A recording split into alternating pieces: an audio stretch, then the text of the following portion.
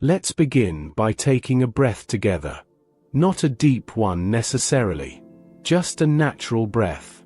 The kind your body knows how to take without instruction. There's something worth noticing about this moment. Right now, as you listen to these words, the world around you continues as it always has. Perhaps there's a slight hum of distant traffic, or the settling of a building at night, or simply silence pressing gently against your ears. Whatever surrounds you is temporary, fleeting, and entirely ordinary. And yet, your mind may not be here at all. The world has always been uncertain.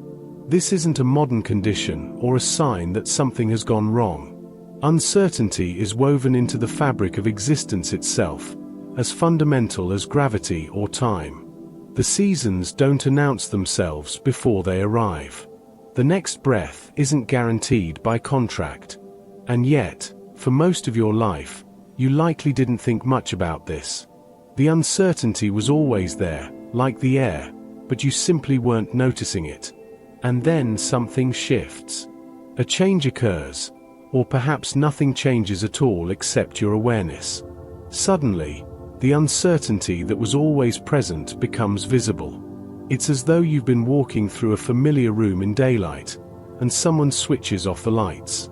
The room hasn't changed. The furniture is exactly where it was. But now you're aware of every possible obstacle, every edge you might collide with.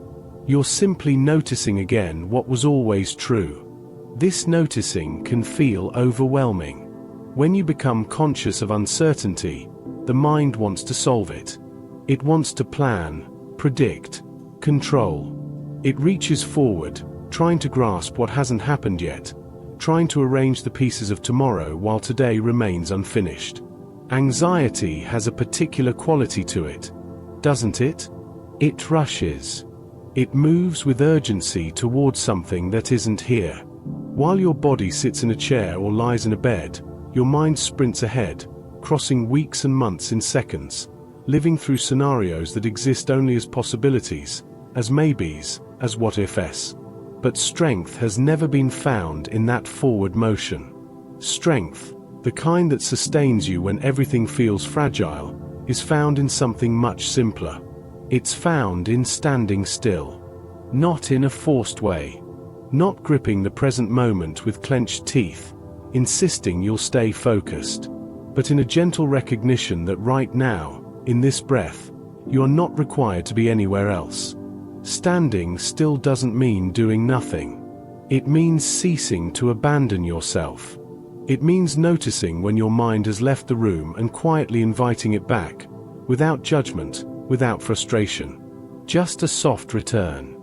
The anxious mind has a peculiar relationship with time. It tries to live tomorrow before surviving today. It attempts to experience Tuesday's problems on Monday evening, to feel next month's disappointment during this afternoon's coffee, to rehearse conversations that may never occur with people who may never say the things you're imagining. There's a kind of exhaustion that comes from this. You're living the same day twice, or 3 times, or a dozen times, each iteration slightly different but equally draining. The present becomes a waiting room where you sit anxiously, preparing for an appointment that keeps getting rescheduled. But here's what's worth understanding. The present moment can usually hold you.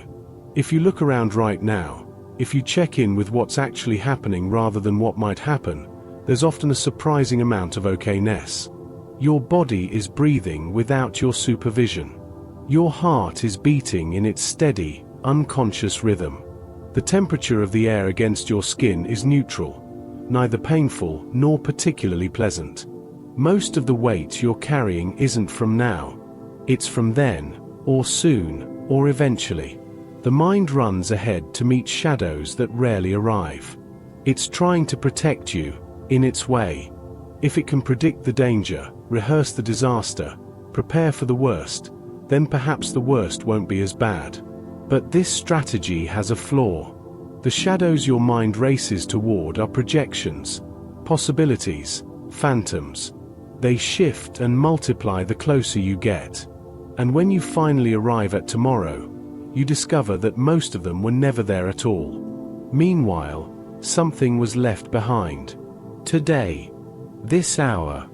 This strange, unrepeatable moment that is actually happening while your attention was elsewhere. The mind rushes ahead to what might happen. This is its nature, its ancient protective mechanism. But strength lies somewhere quieter, somewhere closer. Strength lies in meeting what is happening. Not what could happen or should happen or might happen if a series of unlikely events unfold in a particular way. Just what is. And what is happening right now. Perhaps you're tired. Perhaps there's a tightness in your shoulders or a heaviness in your chest. Perhaps you're comfortable or uncomfortable, or floating in that in-between state where you're not quite sure. Whatever it is, it's specific.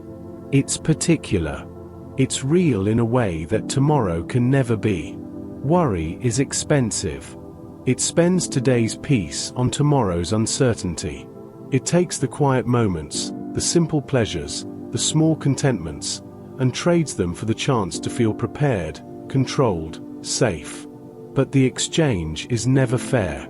Today's peace is a limited resource. Once spent, this particular Tuesday evening or Saturday morning will never return. And tomorrow's uncertainty? It remains uncertain whether you worry about it or not. There's a question worth asking yourself, gently, without any judgment. What would you do with today's peace if you weren't spending it on tomorrow's problems? What might you notice, experience, or simply rest in, if your mind wasn't mortgaging the present for a future that hasn't arrived? You don't need to answer immediately. Just let the question exist. The future cannot hurt you. This sounds almost too simple, but it's worth sitting with. The future, as a concept, as a place in time that doesn't yet exist, has no hands to reach back and touch you. It can't wound you, disappoint you, or burden you. Only your imagination of the future can do those things. Only the stories you tell yourself about what's coming, the narratives you construct, the predictions you treat as certainties. Your imagination is powerful. It can build entire worlds. But it can also build prisons. It can take a single possibility and expand it into an inevitability. It can take a minor concern and amplify it until it drowns out everything else. Anxiety often arises from treating uncertain possibilities as certain disasters. Something might happen. There's a chance. A risk. A possibility. And the mind, in its attempt to protect you, converts that maybe into a definitely. It rehearses the worst outcome as though it's already been scheduled, already confirmed, already on its way. But a possibility isn't a plan. An uncertain future isn't the same as a terrible future. The gap between this could happen and this will happen is vast, even though anxiety tries to collapse it into nothing. What disturbs you, most of the time, is rarely the event itself. It's the story you tell yourself about it. Something occurs, or might occur, and immediately your mind provides context, meaning, interpretation. It tells you what this event says about you, about the world, about what comes next. And that story, that narrative, is what carries the emotional weight. Two people can experience the same event and tell themselves completely different stories about it. One sees a setback. The other sees a redirection. One sees evidence of their inadequacy. The other sees a problem to solve. The event is the same, but the stories create entirely different experiences. You have more power over the story than you might think. Not absolute power, not the ability to simply decide that difficult things are actually easy, but the power to notice when you're narrating, when you're adding layers of interpretation onto something that might be simpler than you're making it. The present moment is rarely unbearable. This isn't to say that life doesn't contain genuinely difficult experiences. It does. Pain exists. Loss exists. Hardship exists. But if you check in with right now, just this specific moment, you'll often find that you're managing. You're here. You're breathing. The present moment, taken on its own terms, is usually something you can bear. It's only when you try to carry all of time at once that it becomes too heavy. When you attempt to hold yesterday's regrets and tomorrow's worries and next week's responsibilities and next year's fears all in this single moment, the weight becomes crushing. It's like trying to drink an entire river at once instead of taking it one cup at a time. Eternity imagined in advance feels unbearably heavy. But this breath, this one breath, right now, that's manageable. And then the next breath, when it comes, will also be manageable. Not because you're strong enough to carry everything, but because you're only ever carrying now. There's a kind of gentleness available to you, even in anxious times. Not the gentleness of having everything figured out or under control, but the gentleness of stopping, even briefly, and letting yourself exist without the pressure to manage every possible future. You don't need to solve tomorrow tonight. You don't need to know how everything will turn out. You don't need to be certain, prepared for every contingency, protected against every possible disappointment. What you need is much simpler. To be here. To notice when you've left. To come back, softly, without criticism. To recognize that the world has always been uncertain, and yet, somehow, you've made it this far. Not because you controlled everything.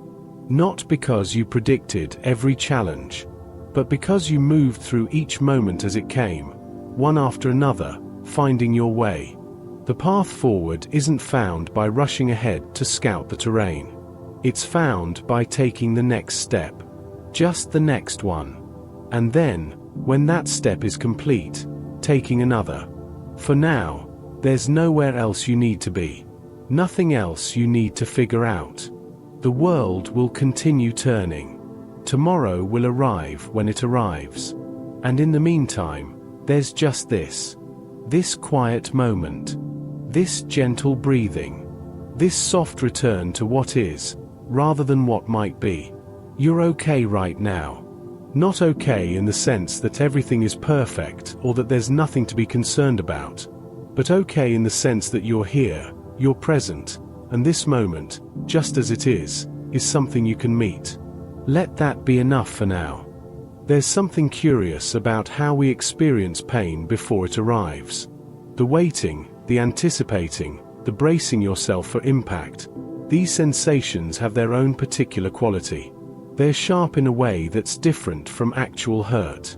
When you're waiting for difficult news, or preparing for a conversation you've been dreading, or lying awake thinking about what tomorrow might bring, there's an edge to that experience. A brightness, almost. A keenness that cuts. And then the moment arrives. The thing you were anticipating actually happens. And often, not always but often, something unexpected occurs. The pain is different than you imagined. Sometimes it's less. Sometimes it's simply other. The anticipation of pain, you discover, was its own distinct experience, often sharper, more consuming than the pain itself. This isn't to dismiss genuine difficulty. Real challenges exist. Real losses occur. But there's something worth noticing about the difference between the experience of anticipating and the experience of living through. They're not the same thing, even when they involve the same event. When you anticipate, you're alone with your imagination. Your mind becomes a theater, and it stages elaborate productions of what might unfold. It casts you in the leading role of your own suffering, writes the script, designs the scenery. And because your imagination has access to your deepest fears, it knows exactly which details will unsettle you most. It can paint with precision. Anticipation paints monsters on the walls of the mind that reality never brings. These aren't deliberate lies. Exactly. Your mind isn't trying to deceive you.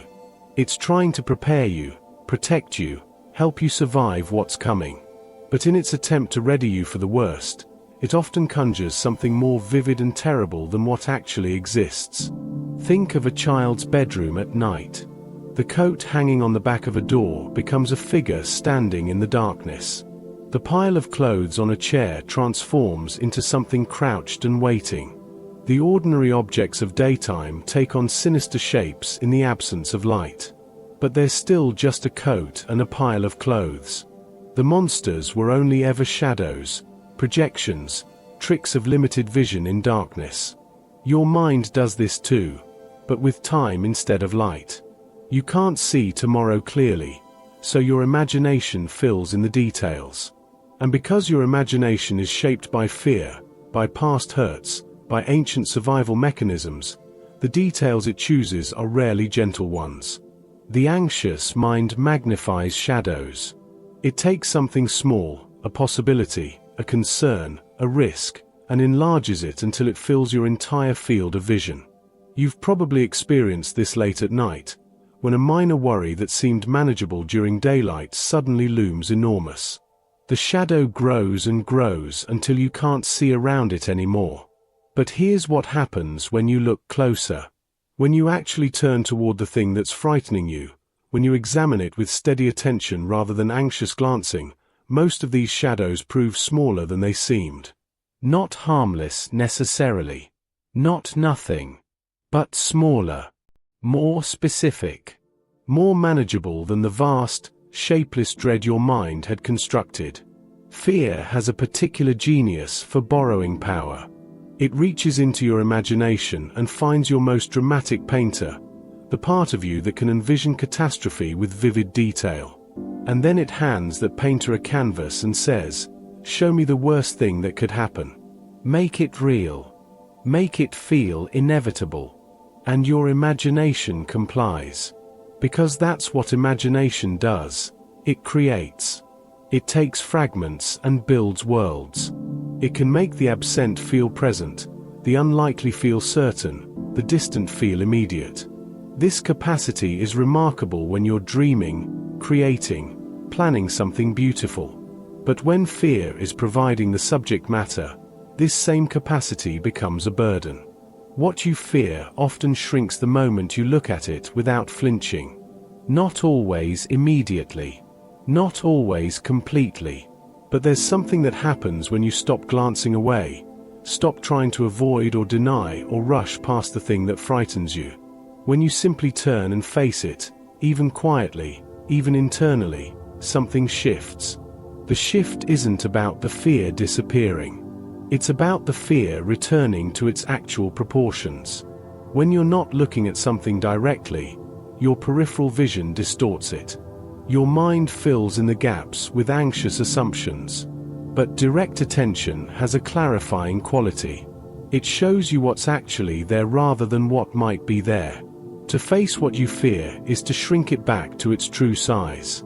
This doesn't mean it becomes small or insignificant. Some fears are connected to genuinely difficult realities. But even a large fear, when seen clearly, is different from an infinite one. Even a real challenge, when examined directly, has edges, boundaries, specificity. It becomes something you can think about rather than something that thinks about you. There's a practice in this. Not a technique, exactly. More of a gentle turning toward.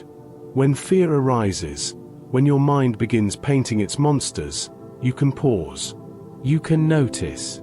And then, carefully, without forcing anything, you can ask, what am I actually afraid of? Not the vague, enormous dread. The specific thing. The particular concern. Often, you'll find that the fear has layers. You're afraid of this, which would lead to that, which would mean this other thing. And underneath it all, there's usually something quite specific. A loss. A change. An unknown. When you trace the fear back to its root, it often becomes clearer, more defined. Still uncomfortable, perhaps, but less overwhelming than the diffuse anxiety that had no name. No fear is endless once faced with patient attention. This is worth remembering in the long, difficult stretches. When fear seems to have set up permanent residence in your chest, when it feels like you'll always be carrying this weight, patient attention has a way of eroding even the most persistent fears. Patient attention doesn't mean studying your fear obsessively or drowning in it. It means checking in, acknowledging what's there, and then continuing on. It means not trying to force the fear away, but also not feeding it with constant anxious rehearsal. Just a steady, gentle awareness that this is present, this is what I'm experiencing, and I can hold this without being consumed by it. Time has a role here too. Time reveals things that fear prefers to keep hidden. Most things you feared in your life, if you look back honestly, fell into one of two categories. Either they were survivable, or they never became real. The survivable ones, perhaps they were difficult. Perhaps they hurt. Perhaps they changed you in ways you didn't choose. But you survived them. You moved through them. You found, somewhere in yourself, the capacity to endure and then to continue. The disaster your mind had painted didn't account for your resilience, your adaptability, your ability to find a way forward even when the path wasn't clear. And the others, the fears that never materialized, they took up real space in your life.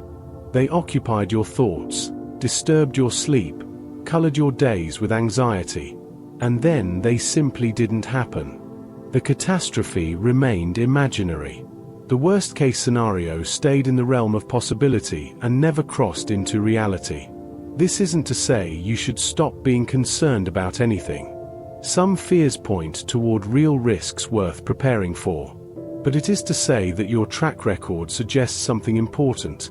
You've been afraid before, many times, and somehow you're still here. Each fear imagines a loss.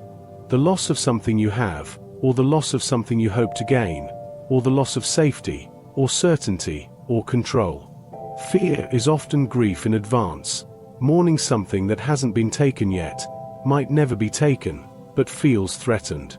And yet, how often do we remember how capable we are of enduring loss? Not because we're looking forward to it. Not because we want to practice suffering. But because actual loss, when it comes, brings with it something that anticipated loss doesn't, the necessity of moving forward. One breath, then another. One day, then the next. Anticipation gives you time to imagine being broken by the loss. But when loss is present, when it's no longer coming but here, something else emerges. The part of you that knows how to continue. The part that finds the next step, and then the next, even when you didn't think you could. You contain reserves you don't know about until you need them. Capacities that remain dormant during easy times but wake when required. This isn't romantic or dramatic. It's simply true in a quiet, practical way. You've already proven this to yourself multiple times, though you may not have been keeping track. Here's something that's true right now, in this very moment. You are strong enough for this. Not strong enough for everything you might face next week or next year. Not strong enough for the catastrophes your imagination has been rehearsing. But strong enough for this moment, this breath, this particular now. How can you be certain? Because this moment has already arrived. It's not coming anymore. It's here. And you're here in it. You haven't been crushed by it. You haven't been erased.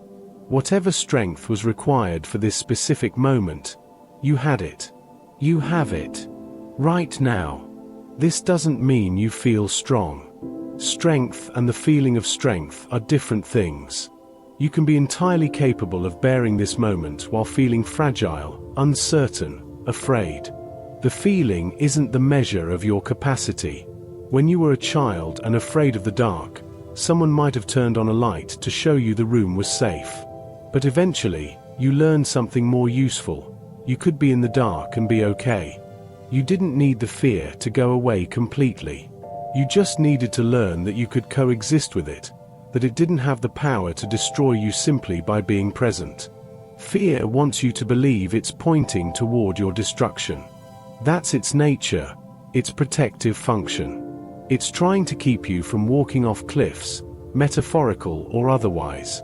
But fear isn't very good at calibration. It doesn't distinguish well between actual cliffs and steep hills, between genuine danger and mere discomfort, between destruction and difficulty.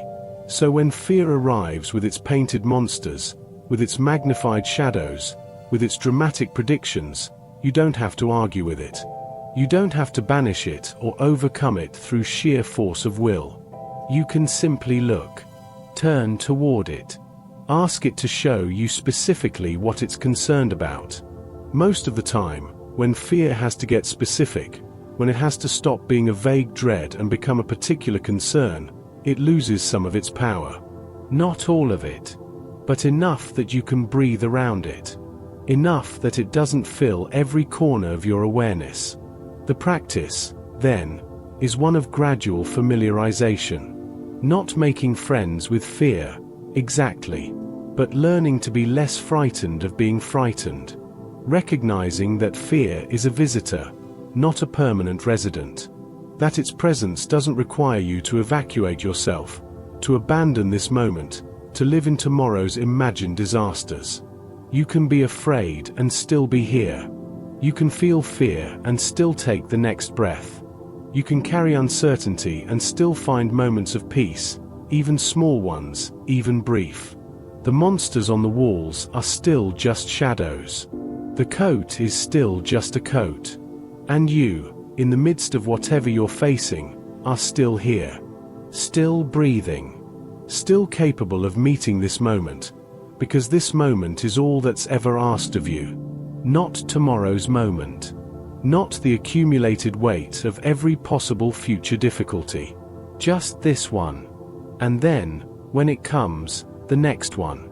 That's all. That's always been all. And somehow, improbably, it's been enough to carry you this far. It will likely be enough to carry you further still. Something happens when we forget who we are. Not in the dramatic sense of lost memory or identity crisis, but in the quieter sense of forgetting what we've already survived, what we've already managed, what we've already carried without breaking. The mind has a tendency to inflate small troubles when this forgetting occurs. A minor setback becomes evidence of larger failure. A single uncomfortable conversation expands into a referendum on your entire life. A moment of uncertainty grows until it casts shadows across weeks and months. This isn't because the troubles themselves have grown. They remain what they were, specific, particular, limited in scope. But when you've forgotten your own strength, when you've lost touch with the fact that you've navigated difficulty before, the proportions shift. Everything appears larger against the backdrop of perceived weakness. You've been strong in ways you've already forgotten. Small acts of endurance that seemed unremarkable at the time. Difficult conversations you had anyway. Mornings you got up when staying in bed felt impossible. Losses you absorbed and somehow continued past. These don't announce themselves as proof of your capability. They fade into the past, into the ordinary background of your life. But they're still true. They still happened. And they still mean something about what you contain, even when you can't feel it. There's a particular relationship between fear and how we meet it. Fear grows louder in avoidance. This is something you've probably noticed without naming it. The thing you don't want to think about becomes the thing you can't stop thinking about. The conversation you're postponing occupies more space in your mind than it would take to simply have it. The bill you're not opening, the email you're not reading, the decision you're not making, they accumulate weight in proportion to your avoidance. But something different happens in understanding. When you turn toward fear instead of away from it, when you examine it with gentle curiosity rather than panic resistance, it softens. Not immediately, not always completely, but perceptibly. The volume lowers. The grip loosens. Understanding doesn't require you to have answers. It doesn't mean solving the fear or making it disappear. It simply means being willing to look at what's actually there. To ask, what am I afraid of specifically? Where do I feel this in my body? What story am I telling myself about what this fear means? These questions create a small amount of distance, just enough space to breathe.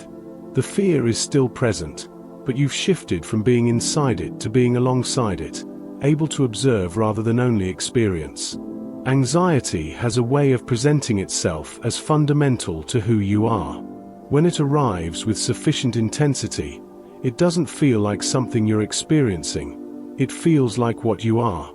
The anxious thoughts, the worried predictions, the sense of impending difficulty, they blur together until anxiety becomes identity. But anxiety loses influence when you treat it as information, not identity. It's something passing through your awareness, not the substance of your awareness itself. Think of it like weather. A storm moves through the sky, but the sky isn't the storm. The sky contains the storm, provides space for it, remains present before it arrives and after it leaves. You contain anxiety. It moves through you. It informs you of perceived threats, real or imagined. But it isn't you. This distinction matters more than it might seem at first. When anxiety is identity, you have to defend it, maintain it, carry it everywhere. When anxiety is information, you can acknowledge it, consider it, and let it move on. Your mind produces thoughts constantly, including doubts. Some of these doubts are useful. They point toward genuine concerns, real problems that deserve attention. But many are simply the mind's background noise, the mental equivalent of static on a radio station. And here's something worth knowing. You owe no explanation to every passing doubt in your mind. Not every thought deserves engagement. Not every worry requires a response. Not every anxious prediction needs to be examined, analyzed, argued with, or solved. Some thoughts are simply passing through, and the most useful response is to let them pass. This isn't denial or suppression. It's discernment. It's recognizing that your mental space is limited, and you get to choose, at least partially, what receives your sustained attention. A doubt can arise, register its presence, and move on without you chasing after it with explanations or counter-arguments. Every anxious thought is a guest in your awareness. It arrives without asking permission, often at inconvenient times.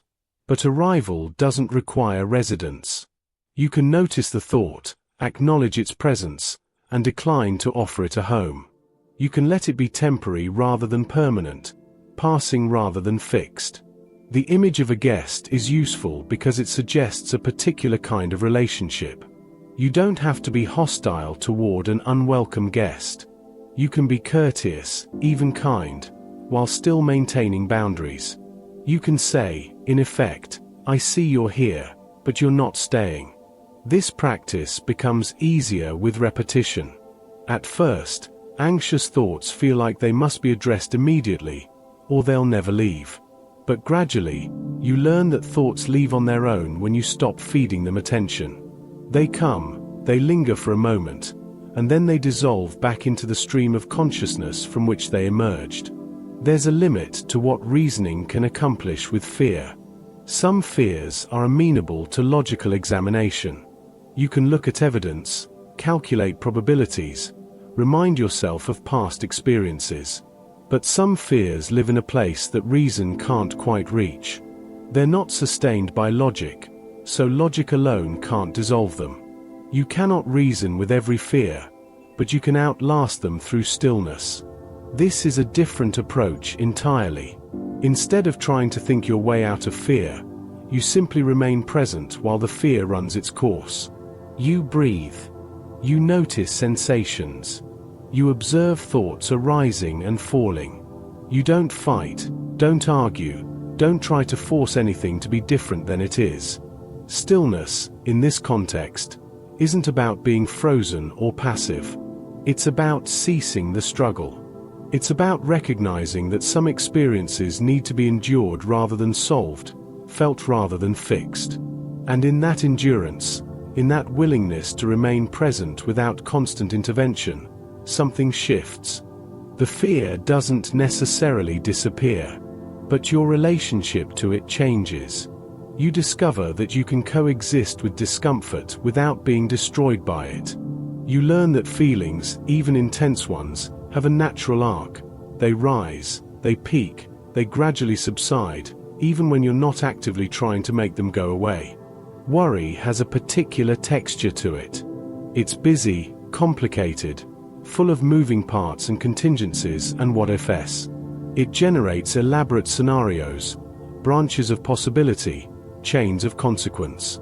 Your mind can worry for hours, building intricate structures of potential disaster. But you can breathe through worry in a way you cannot outthink it. Breathing is simple. It doesn't require cleverness or analysis or problem solving. It's just the body doing what the body does, one breath following another. And when you bring your attention to breathing, not controlling it, just noticing it, worry loses some of its momentum. This isn't because breathing magically solves anything. It's because breathing anchors you in the present, in the physical, in what's actually happening rather than what might happen. Worry lives in imagination, in projection, in the future. Breathing lives right here, right now. You can't think your way out of worry because worry is thinking. More thinking, even clever thinking, just adds to the noise. But breathing creates a pause, a moment of non-thinking, a small gap in the constant mental activity. In that gap, something else can emerge. Call it reason, or wisdom, or simply clarity. It's the part of you that knows what actually matters, that can distinguish between real problems and imagined ones, that remembers you've been here before and found your way through. Worry is noise. It fills your awareness with busyness, urgency, complexity. But reason is silence, not the absence of thought, but a different quality of thought. Quieter, steadier, less frantic. Reason gently reminds you what matters without shouting, without demanding immediate action, without insisting that everything must be resolved right now. This silence is already available to you. You don't have to create it or achieve it. It's there underneath the noise, like the stillness at the bottom of the ocean beneath surface waves. When you stop adding to the noise, even briefly, the silence becomes more noticeable. Your reason, in this sense, functions as a shield. Not a shield that blocks everything difficult from reaching you, but a shield that helps you discern what's true from what's illusion. Anxiety creates illusions, exaggerations, distortions, false certainties. It makes small things look large and distant things look immediate and possible things look inevitable. Reason doesn't have to fight these illusions aggressively. It simply holds a clearer picture of reality. It says, this is actually what's happening. This is what you actually know. This is what you can actually do. And that clarity, that steadier view of things, is stronger than anxiety's dramatic productions. Strength isn't always loud or obvious. Sometimes strength is the quiet choice to see clearly when confusion is easier. To pause when momentum pulls you forward. To ask, is this true? When a thought presents itself as fact. You strengthen courage every time you choose clarity over confusion. This happens in small moments more often than large ones. When you notice you're catastrophizing and gently bring yourself back to what's actual. When you recognize an anxious thought as a thought rather than a truth. When you choose to face something uncomfortable rather than continuing to avoid it. These choices compound. Each one makes the next one slightly easier. Not because you're becoming invulnerable to anxiety or fear, but because you're learning that you can function even when they're present. You're building evidence for yourself that clarity is possible, that confusion isn't permanent, that you have some agency in where you place your attention. Courage, in this context, isn't the absence of fear. It's not about being unafraid. It's about being willing to continue even while afraid, to choose what you know is true even when anxiety is suggesting something else, to trust your clearer judgment even when your immediate emotions are turbulent. You already have this capacity. You've already demonstrated it, probably many times, in ways you didn't think to count as courage. Every time you felt anxious and showed up anyway. Every time you've been uncertain and made a decision regardless. Every time you felt small and acted from your strength instead of your fear. The mind forgets these instances, but they still count. They're still building something in you, a kind of quiet resilience, a knowing that you've been tested before and not broken, that difficulty has come and eventually passed, that you contain resources you don't always feel but can rely on anyway. Right now, in this moment, you're doing it again. You're here, you're breathing, you're present even if your mind is busy, even if anxiety is active, even if you feel uncertain about what comes next. The fact of your presence is itself a kind of strength, even when it doesn't feel strong. You don't have to inflate your troubles or deflate them. You can see them as they are, specific challenges with specific dimensions, neither catastrophic nor trivial, just real. And you can meet them from that place of quiet reason, that stillness underneath the surface noise, that clarity that's always available when you stop feeding confusion. The anxious thoughts will keep arriving.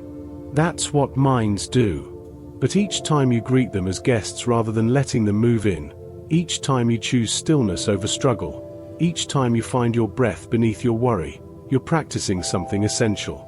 You're remembering your strength. Not by force, not through effort, but simply by choosing, again and again, to return to what's true, to what's clear, to what's actually here, rather than what might be coming. And that remembering, that return, is enough. It's always been enough. It remains enough now. There's a common misconception about calmness, that some people simply have it and others don't. That it's temperament, something you're born with or without, like blue eyes or a musical ear. You might look at someone who moves through difficulty with apparent ease and think, they're just naturally calm. They're built differently. But calmness is not a gift handed out unevenly at birth. It's a practice. Something constructed slowly, imperfectly, through repetition. You build it each time you return to reason over fear, each time you notice panic rising and choose to pause instead of react, each time you feel the pull toward anxious motion and decide to be still instead. This means calmness isn't something you either have or lack.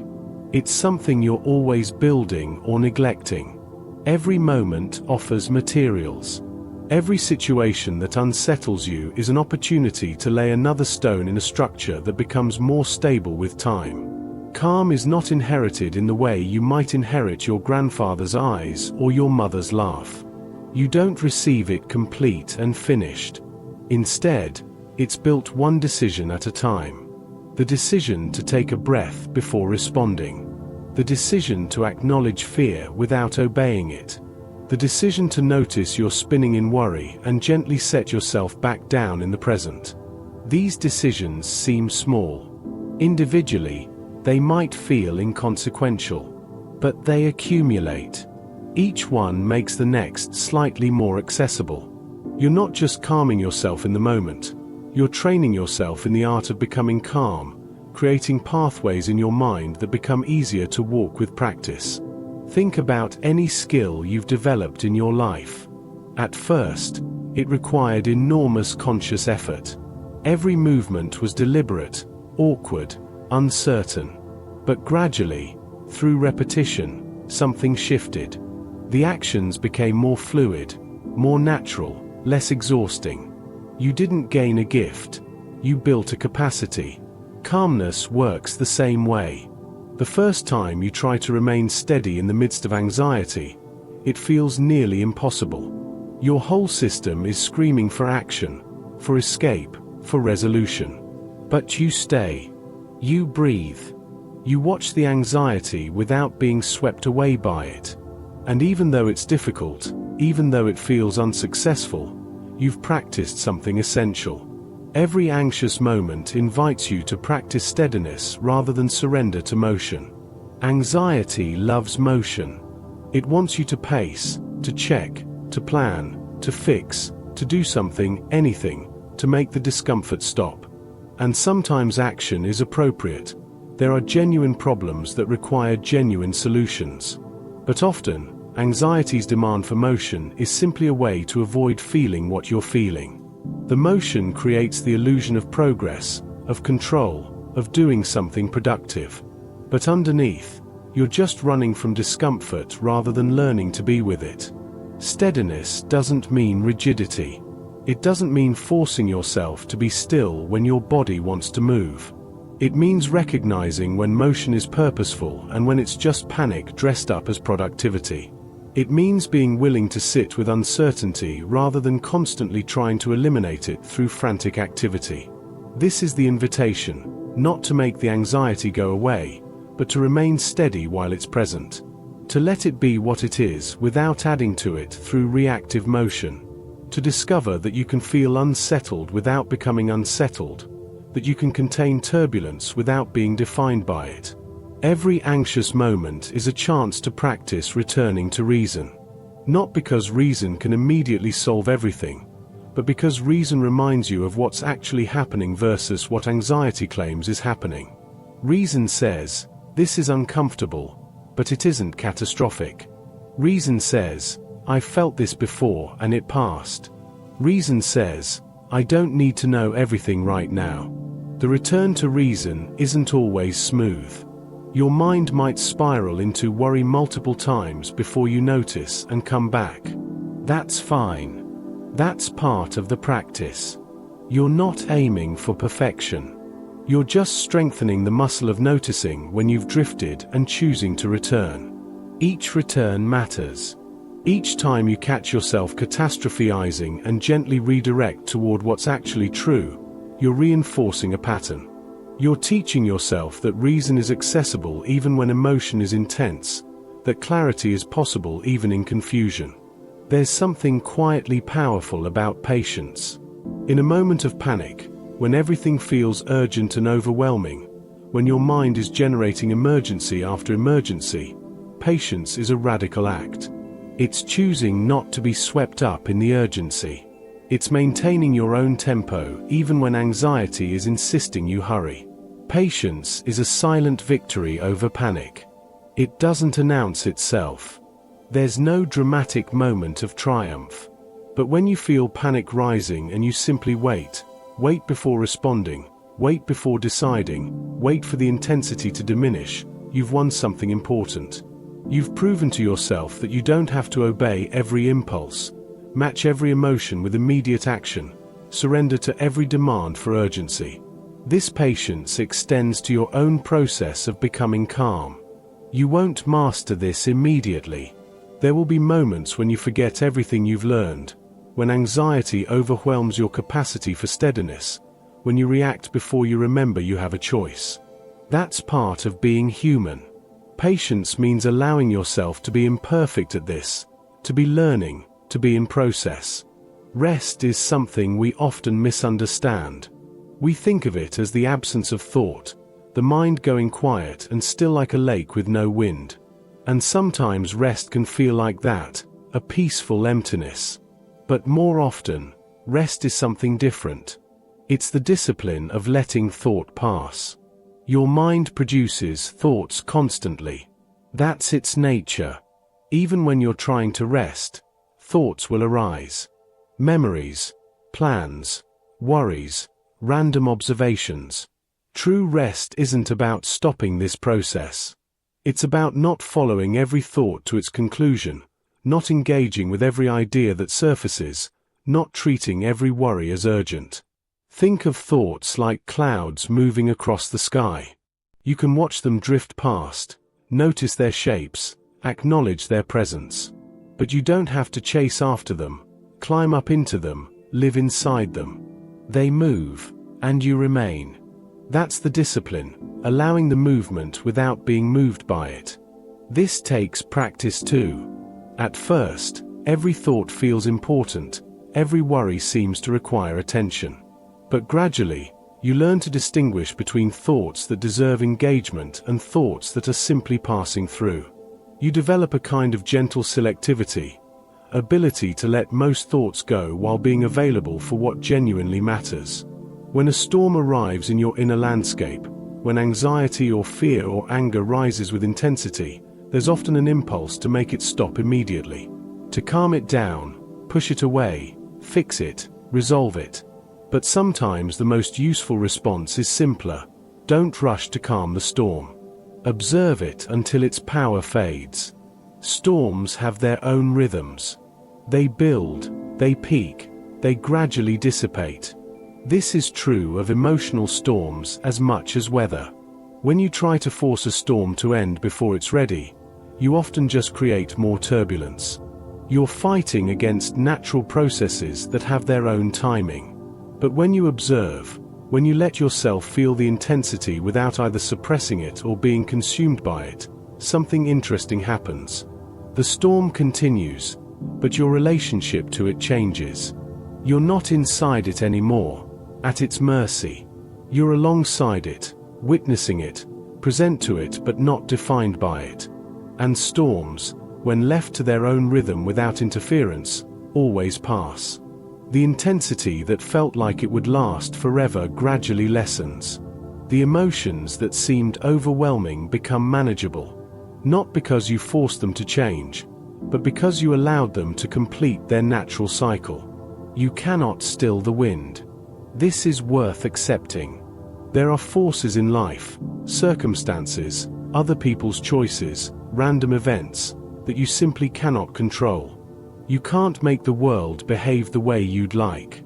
You can't eliminate uncertainty or guarantee outcomes or prevent all difficulty. But you can set your sail to meet it. You can adjust how you respond, how you position yourself, what you do with the conditions you're given. The wind might be strong, but that doesn't mean you're helpless. You still have agency in how you navigate, even when you can't control the elements. This is a profound shift in perspective. Instead of exhausting yourself trying to change what can't be changed, you focus on what actually is within your influence. Your thoughts, your responses, your attitude, your next action. These are your sail. These are what you can adjust and trim and use to move forward even in difficult conditions. Peace, then, isn't about waiting for life to become peaceful. It doesn't demand that external circumstances calm down before you can find internal steadiness. Peace does not demand that life calm down, only that you do. This is surprisingly hopeful, when you think about it. If peace required perfect external conditions, you'd rarely experience it. Life is turbulent, uncertain, full of change and challenge. But if peace is something you can cultivate internally regardless of external chaos, then it's always available. This doesn't mean you become indifferent to what's happening around you. It doesn't mean problems don't affect you. It means you're developing the capacity to remain centered even when life isn't calm, to find steadiness even in motion, to access quiet even when surrounded by noise. True calm isn't fragile. It doesn't shatter the moment something difficult occurs. It's not a brittle perfection that must be protected from any disturbance. Instead, it bends with circumstance but never breaks. Think of a tree in wind.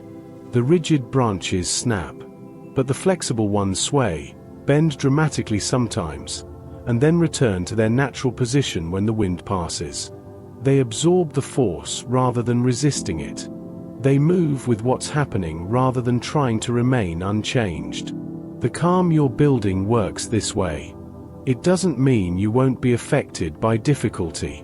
You'll feel things, worry about things, be challenged by things. The calm bends.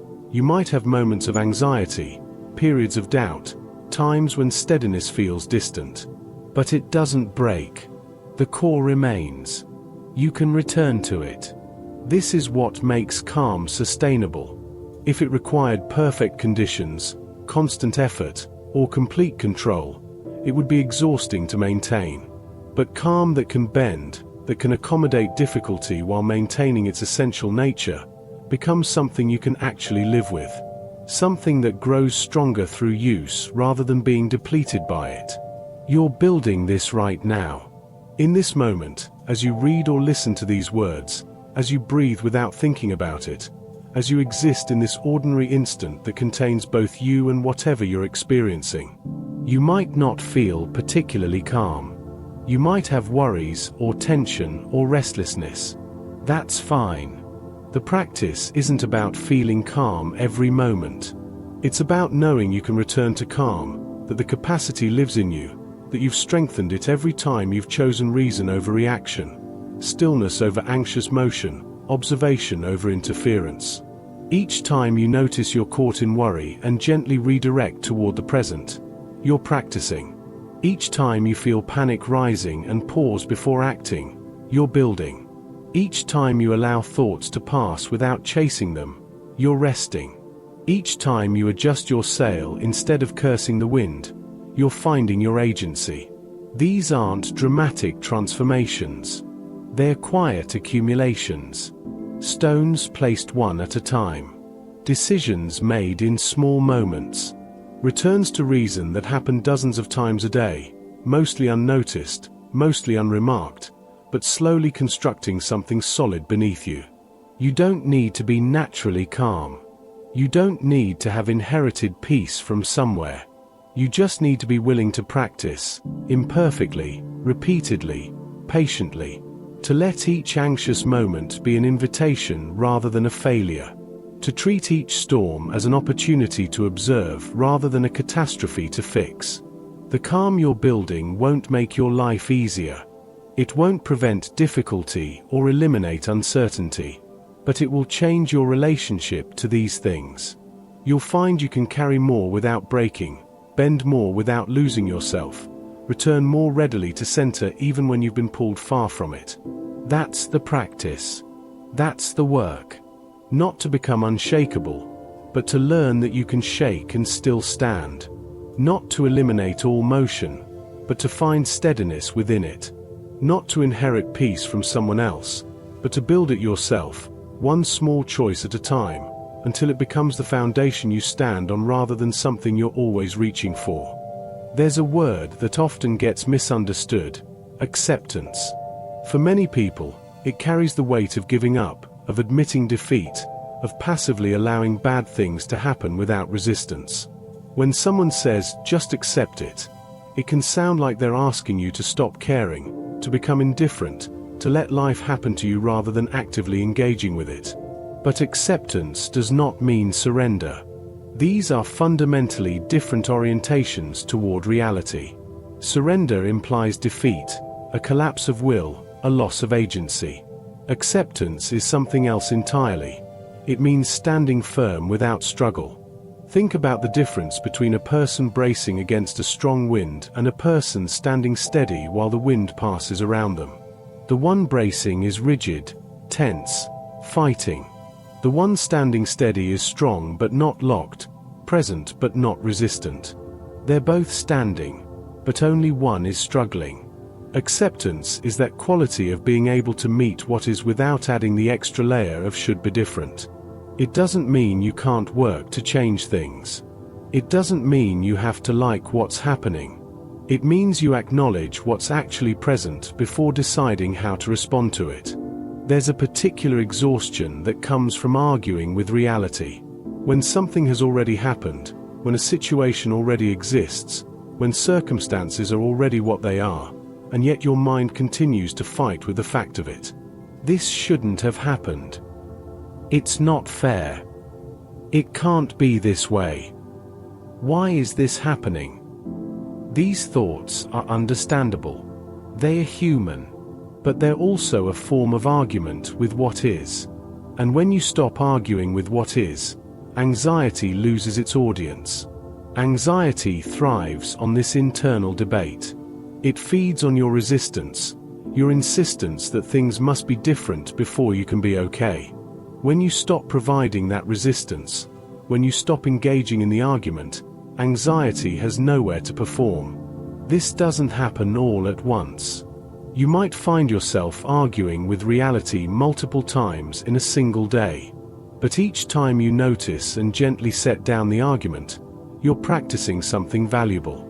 You're learning that you can acknowledge difficulty without fighting its existence. You can work to change things without first demanding that they shouldn't be as they are. Here's something that becomes clear with attention. You suffer more from resistance than from circumstance. The circumstances themselves, the challenges, the losses, the difficulties, these are often painful enough.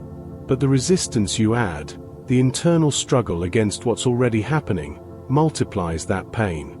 Imagine you're carrying a heavy bag. The weight of the bag is real, undeniable. But if you carry it while tensing every muscle, fighting against the weight, resenting having to carry it, the experience becomes significantly more difficult than if you simply adjust your posture, find your balance, and carry it as efficiently as possible. The circumstance is the weight of the bag. The resistance is all the unnecessary tension you add while carrying it. And often, the tension is actually heavier than the bag itself. The more you resist discomfort, the more tightly it clings to you. This is one of those paradoxes that seems wrong until you experience it directly. You'd think that fighting against discomfort would push it away, make it smaller, help it pass more quickly. But discomfort works differently than that. When you resist, you're staying engaged with the discomfort. Your attention is locked on it. You're constantly monitoring it, measuring it, fighting it. And that constant engagement gives it a kind of solidity it wouldn't otherwise have. It becomes the center of your experience because you're making it the center through your resistance. But when you allow discomfort to be present without adding resistance, when you notice it, acknowledge it, and then let your attention rest more lightly, something shifts. The discomfort is still there, but it's no longer consuming all your awareness.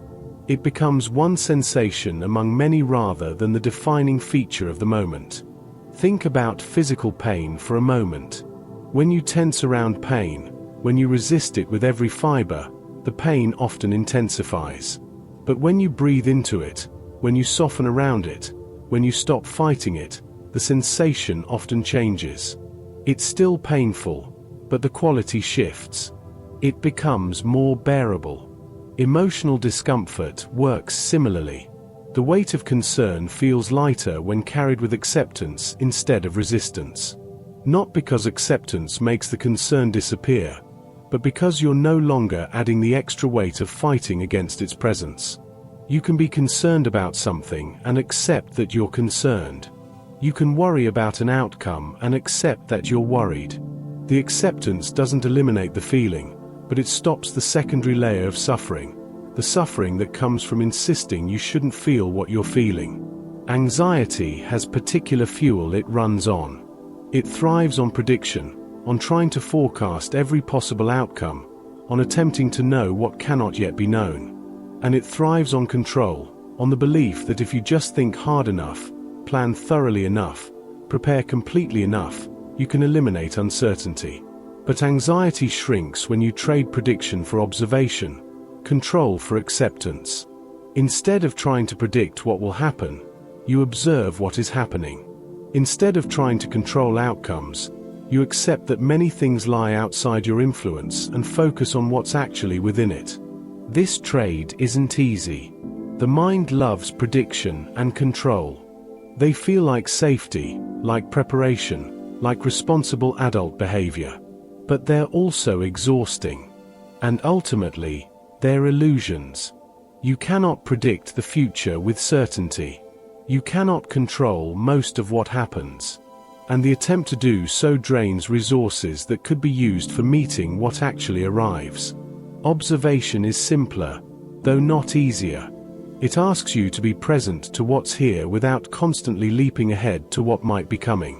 To notice what you're actually experiencing rather than what you fear you'll experience. To see what's true right now instead of all the possible truths of possible futures. There's something you cannot hold simultaneously: serenity and control. Try it, if you like. Think of something you deeply want to control. Feel the tension of that desire, the grasping quality of it.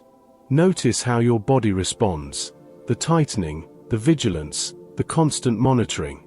Now think of a moment when you felt genuinely serene. Not happy necessarily, but at peace. Notice how different that feels. The softness, the openness, the absence of grasping. You cannot hold serenity and control in the same hand. Choose one. This isn't about whether you take action or make plans or work toward goals. You can do all of those things. But you can't simultaneously hold a tight grip of control over outcomes and also rest in serenity. Control requires constant tension. It demands vigilance.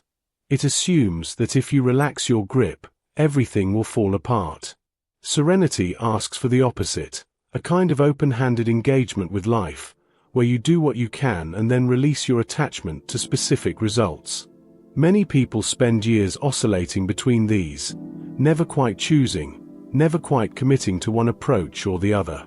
But there's a particular kind of peace that comes from choosing serenity, from deciding that you'd rather be at ease than in control, even if it means accepting more uncertainty. No mind can be free while rebelling against uncertainty. This is worth sitting with. Uncertainty is fundamental to existence. You don't know what tomorrow holds.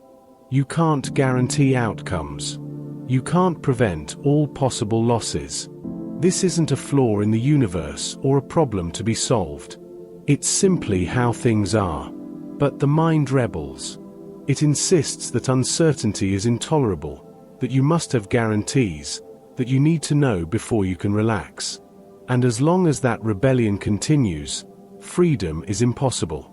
You're locked in a fight you cannot win, demanding something that reality cannot provide.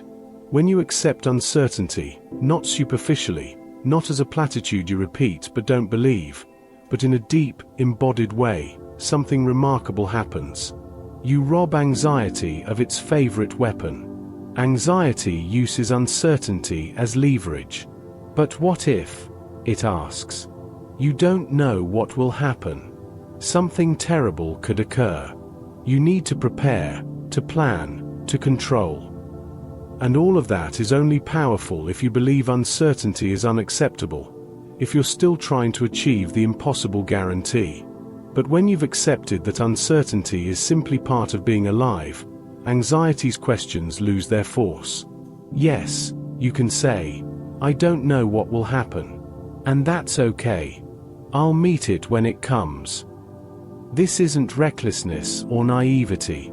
You can still plan, still prepare, still take reasonable precautions.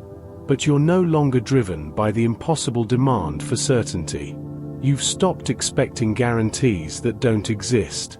And once you stop demanding guarantees, life becomes lighter to carry. So much of the weight you've been bearing isn't from actual problems, but from the exhausting attempt to eliminate all possible future problems. From trying to secure certainty in an uncertain world. From fighting against the fundamental nature of existence. When you release that demand, when you stop insisting that life provide guarantees before you can be at peace, a kind of lightness becomes possible. Not because life becomes easier, but because you're no longer adding the extra weight of impossible expectations. This is the gift of acceptance. Not the acceptance that gives up, but the acceptance that sees clearly. That stands firm without the exhausting tension of constant resistance.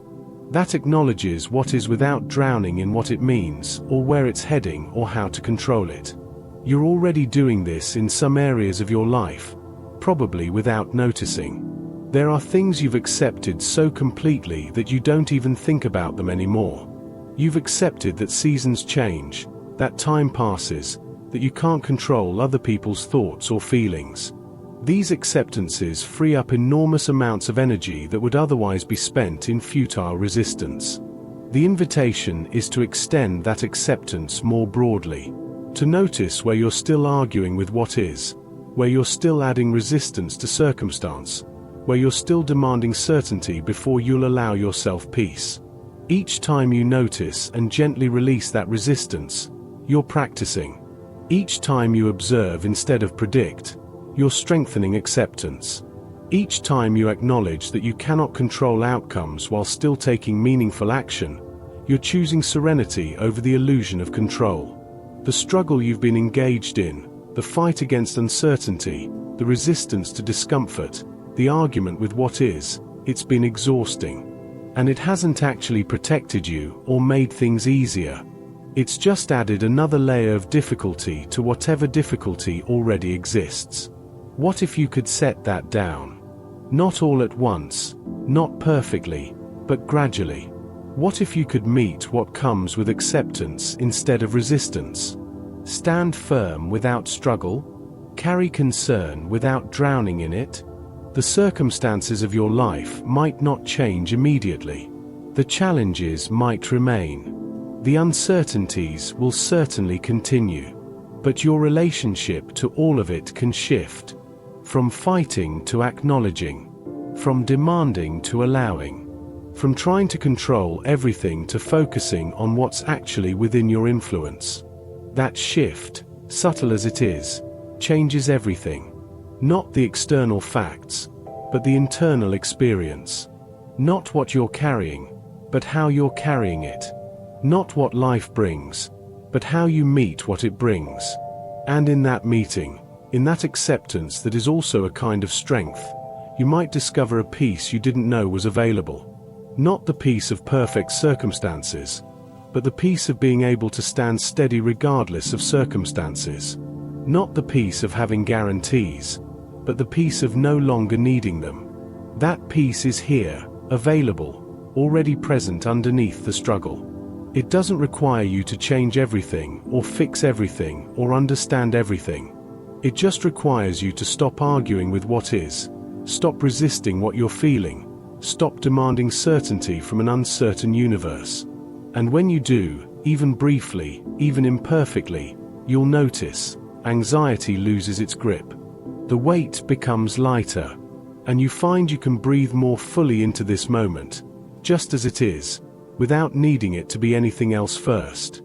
Peace is often imagined as a particular kind of life, one without challenges, without threats, without anything that could disturb your equilibrium. A quiet house on a quiet street in a quiet town where nothing ever goes wrong. But this isn't peace.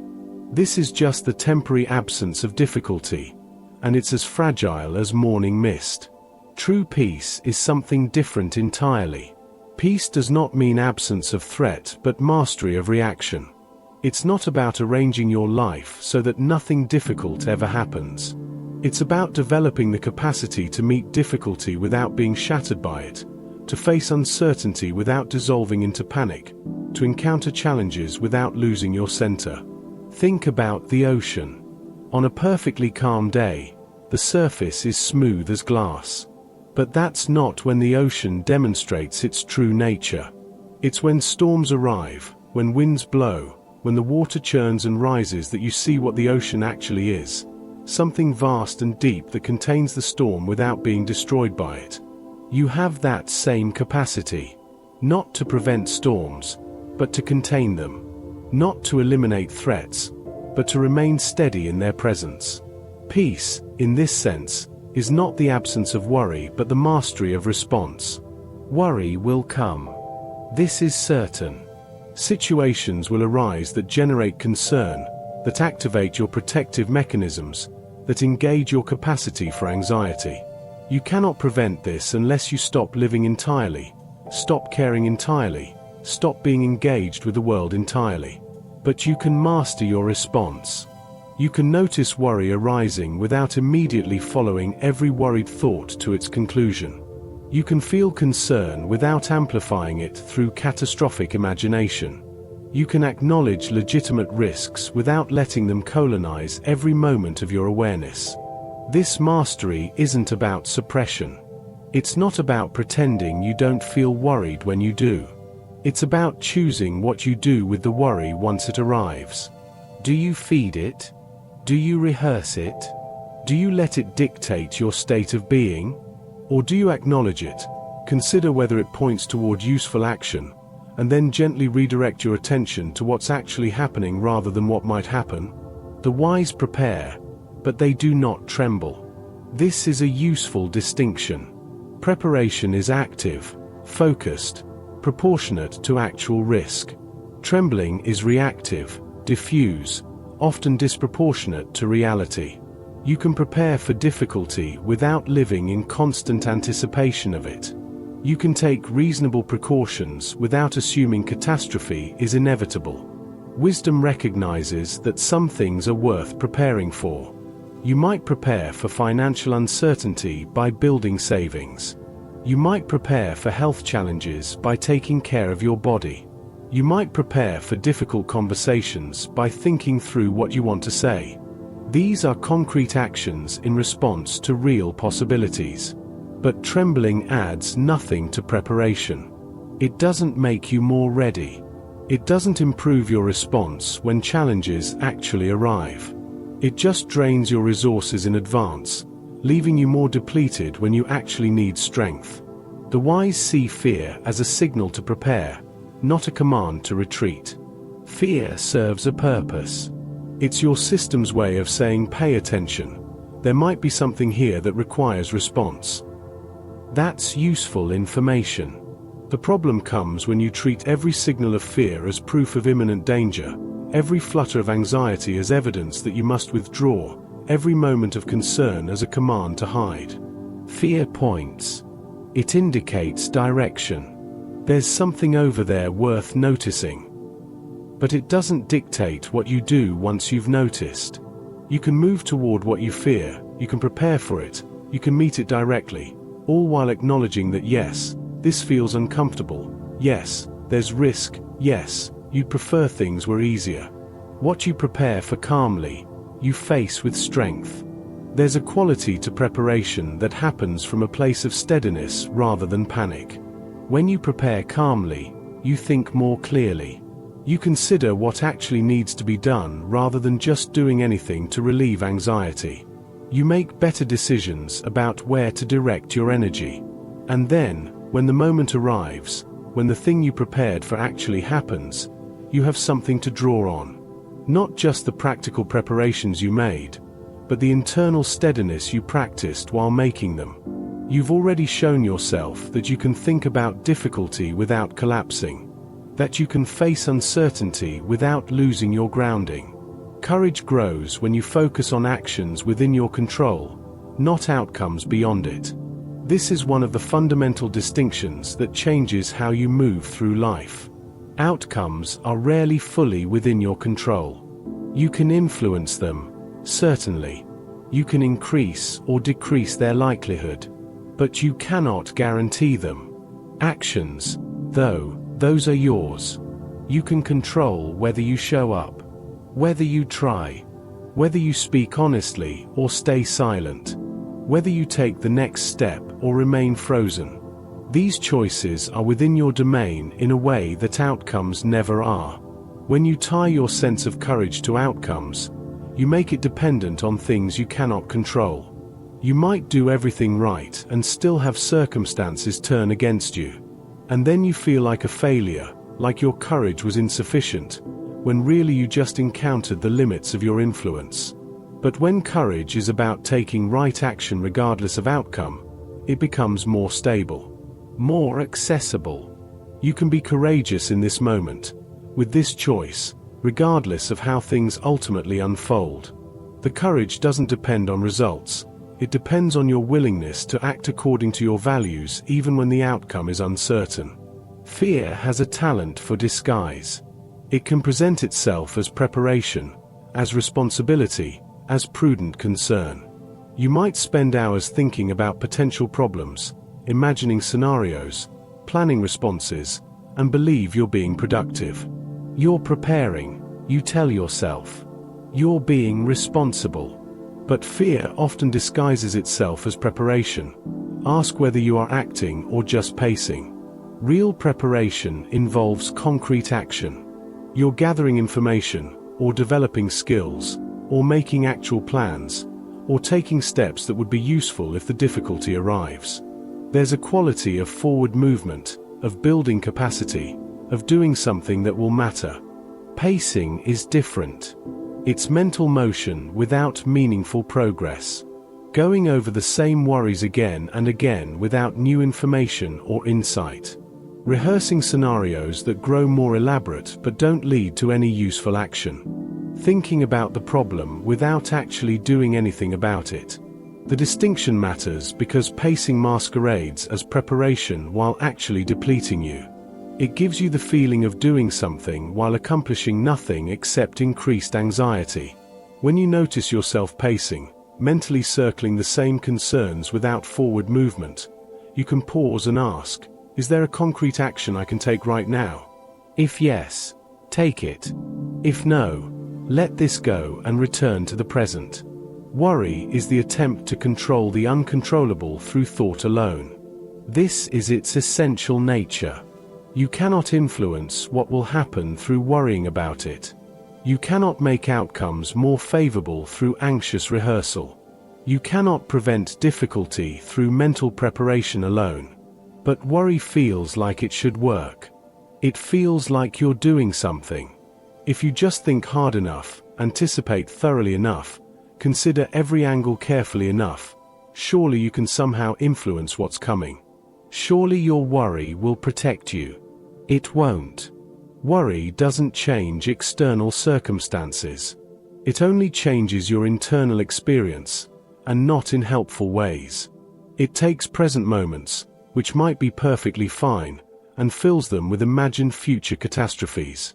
It trades actual peace for the illusion of preparation. The mind seeks control.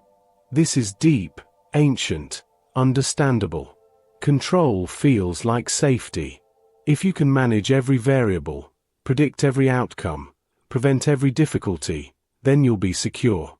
The mind pursues this with great dedication, coming up with elaborate strategies, detailed plans, comprehensive preparations.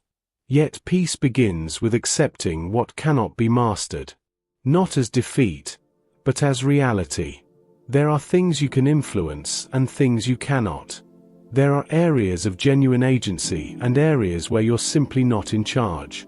And peace comes not from expanding your control until it covers everything, which is impossible, but from accepting the limits of your control while fully engaging with what's actually within your influence. This acceptance doesn't make you passive.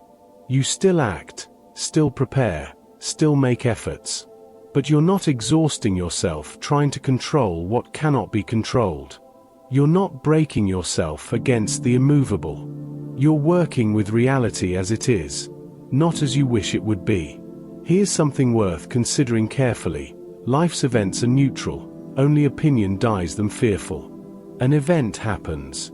Just a fact, just something occurring in the world. Your car breaks down. You receive unexpected news. A plan falls through. These are just events, just moments in the flow of time. But immediately, before you've even fully registered what's happened, opinion arrives. Your interpretation, your judgment, your story about what this event means. This is terrible. This will ruin everything. This proves I'm unlucky. This means something worse is coming. The event didn't come with these meanings attached. You added them.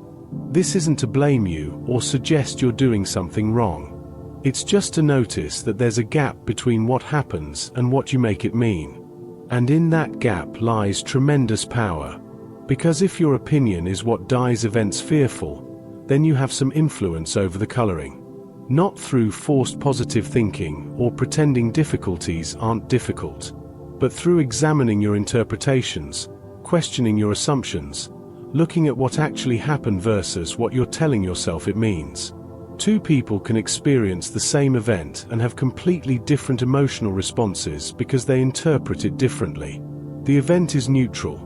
Their opinions determine whether they see it as catastrophic or manageable, as ending or beginning, as proof of their inadequacy or simply as one of life's challenges. You don't have complete control over your initial interpretations. They arise quickly, shaped by history and temperament and circumstance. But you do have some ability to examine them, to question whether they are true, to consider whether there are other ways of understanding what's happening. True peace, then, isn't about living a life without challenges or threats or difficulties. It's not about arranging circumstances perfectly or eliminating all sources of worry. It's about developing a different relationship with whatever comes. It's about mastering your reaction even when you cannot master events. About responding with wisdom even when you feel fear. About taking meaningful action even when outcomes are uncertain. About distinguishing between useful preparation and exhausting worry. About accepting the limits of your control while fully engaging with what's actually within your influence. This mastery builds gradually. You won't do it perfectly. There will be moments when you forget everything and react with pure panic. Times when you pace instead of preparing, when you let worry consume you, when you try desperately to control what cannot be controlled. That's fine. That's part of being human. The practice isn't about perfection. It's about returning. Each time you notice you've fallen into old patterns and you gently redirect towards steadier ground, you're strengthening something essential. You're learning that you can feel fear without trembling, that you can acknowledge threat without being controlled by it, that you can prepare without drowning in anticipation, that you can act courageously even when outcomes are uncertain. These aren't dramatic transformations. They're quiet developments, small shifts that accumulate over time. Each time you focus on action rather than outcome, you're building courage. Each time you prepare calmly rather than frantically, you're building strength. Each time you notice your interpretation adding fear to a neutral event and you pause to consider other views, you're building wisdom. The peace you're developing isn't fragile. It doesn't depend on perfect conditions or the absence of difficulty. It can contain storms, hold uncertainty, meet challenges without breaking. Not because you've become invulnerable, but because you've learned that you're more resilient than you thought. That you can bend without breaking. That you can face what comes without being destroyed by it. This is the mastery worth developing. Not mastery over external events. That's largely an illusion. But mastery over your response to those events. The capacity to meet life as it unfolds with steadiness, with wisdom, with the kind of peace that doesn't require everything to be perfect before it's allowed to exist. That peace is available now, not as an achievement you must earn but as a possibility you can practice. In this moment, with whatever you're facing, you can choose response over reaction, preparation over worry, acceptance over the exhausting attempt to control everything. And in that choice, repeated imperfectly but sincerely, you find what you've been seeking all along, not a life free from difficulty, but the capacity to meet difficulty without losing yourself. Not the absence of fear, but the ability to act despite fear. Not control over everything, but peace with what you cannot control. That's enough. It's always been enough. It remains enough now. There's a particular restlessness that anxiety brings. It makes silence feel dangerous, stillness feel exposing, quiet feel like the calm before a storm. The anxious heart scans for danger in every silence, searching for what might be wrong, what could go wrong, what will go wrong if vigilance drops even for a moment. This scanning is exhausting. It turns peaceful moments into opportunities for worry. A quiet evening becomes time to rehearse tomorrow's challenges. A gentle pause becomes space to fill with catastrophic imagination. Silence, instead of being restful, becomes a canvas on which anxiety paints its most vivid fears. But wisdom learns to rest there instead. In the very silence that anxiety finds threatening, wisdom finds refuge. Because silence, actual silence without the noise of worried thoughts, is where clarity lives. It's where you can hear yourself think, feel what you actually feel, notice what's actually present rather than what might be coming. This isn't a skill that comes easily or quickly. The habit of scanning, of vigilance, of treating every quiet moment as suspicious, this runs deep. But it can be unlearned, gradually, through practice. Each time you notice yourself filling silence with anxious thoughts and you choose instead to simply be in the silence, you're teaching yourself something new. That quiet can be safe. That stillness can be restful. That you don't need constant mental activity to be okay. Anxiety has a characteristic pace. It rushes. It moves with urgency, always ahead of itself, leaping from this moment to the next and the next, never quite arriving anywhere because it's always racing forward. This rushing feels productive, feels necessary, feels like the appropriate response to all the things that need attention. But anxiety rushes toward the future, while peace walks. Peace has a different tempo entirely. It's unhurried, Not because it's lazy or unconcerned, but because it knows that rushing doesn't actually get you anywhere useful. It knows that presence, being fully where you are, accomplishes more than frantic forward motion toward where you think you should be. Follow the slower pace.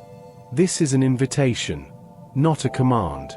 When you notice yourself mentally racing ahead, when your thoughts are sprinting toward tomorrow or next week or next year, you can slow down.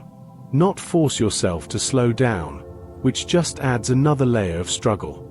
But simply notice the rushing and choose to walk instead. Walking pace means you're moving, but you're also aware of the ground beneath your feet. You can see what's around you. You can adjust to obstacles as they appear rather than crashing into them at full speed. You're still going forward, but you're doing it at a pace that allows you to remain present. Let each breath remind you, presence is stronger than prediction. Your breath is always here, always now. It's not yesterday's breath or tomorrow's breath. It's this one, happening in this moment. And when you bring your attention to breathing, not controlling it, just noticing it, you're automatically in the present. Prediction is the mind's attempt to live multiple moments at once. To experience now while simultaneously experiencing all possible versions of later. But this divided attention weakens you. You're not fully anywhere.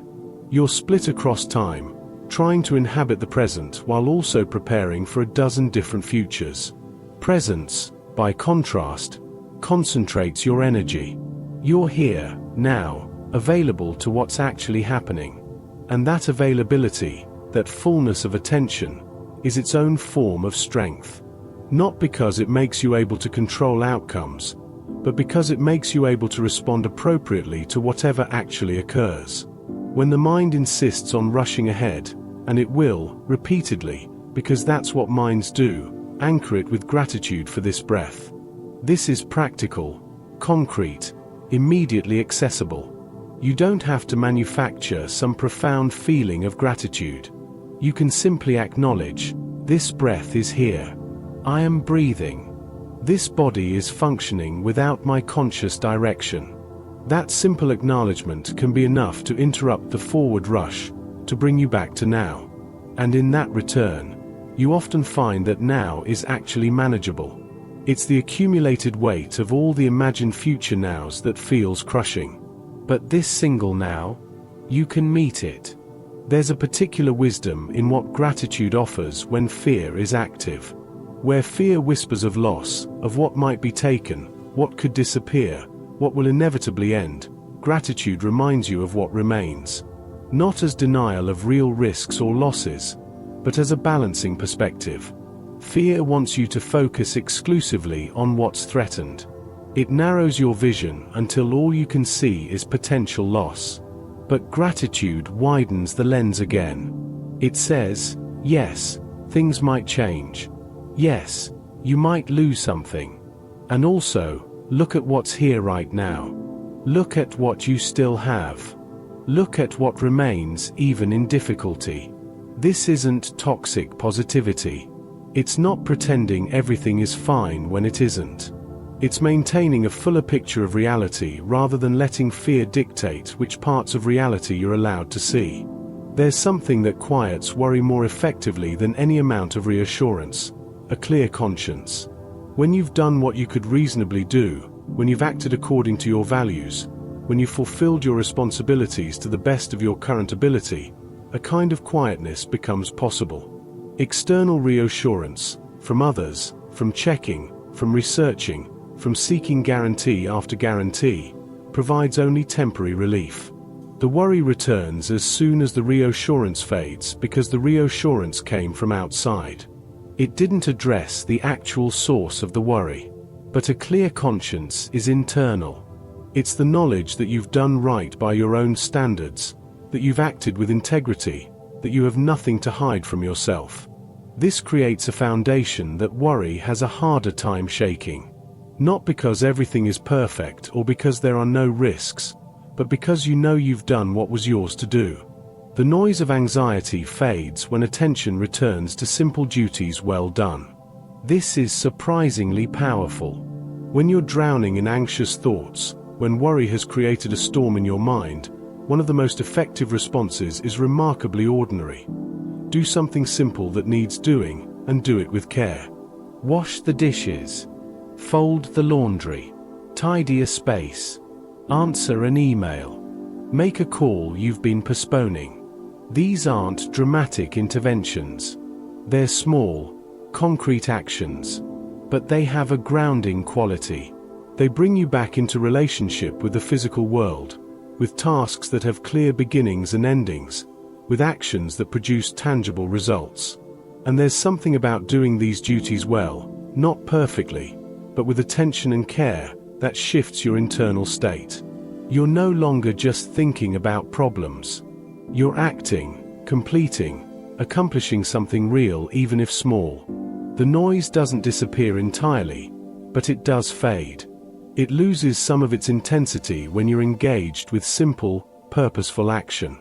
Many worries dissolve when you allow time, not thought, to answer them. This goes against everything anxiety insists on. Anxiety wants immediate resolution. It wants to know now, to solve now, to eliminate uncertainty now. It tells you that if you just think hard enough, worry thoroughly enough, you can figure everything out before time unfolds.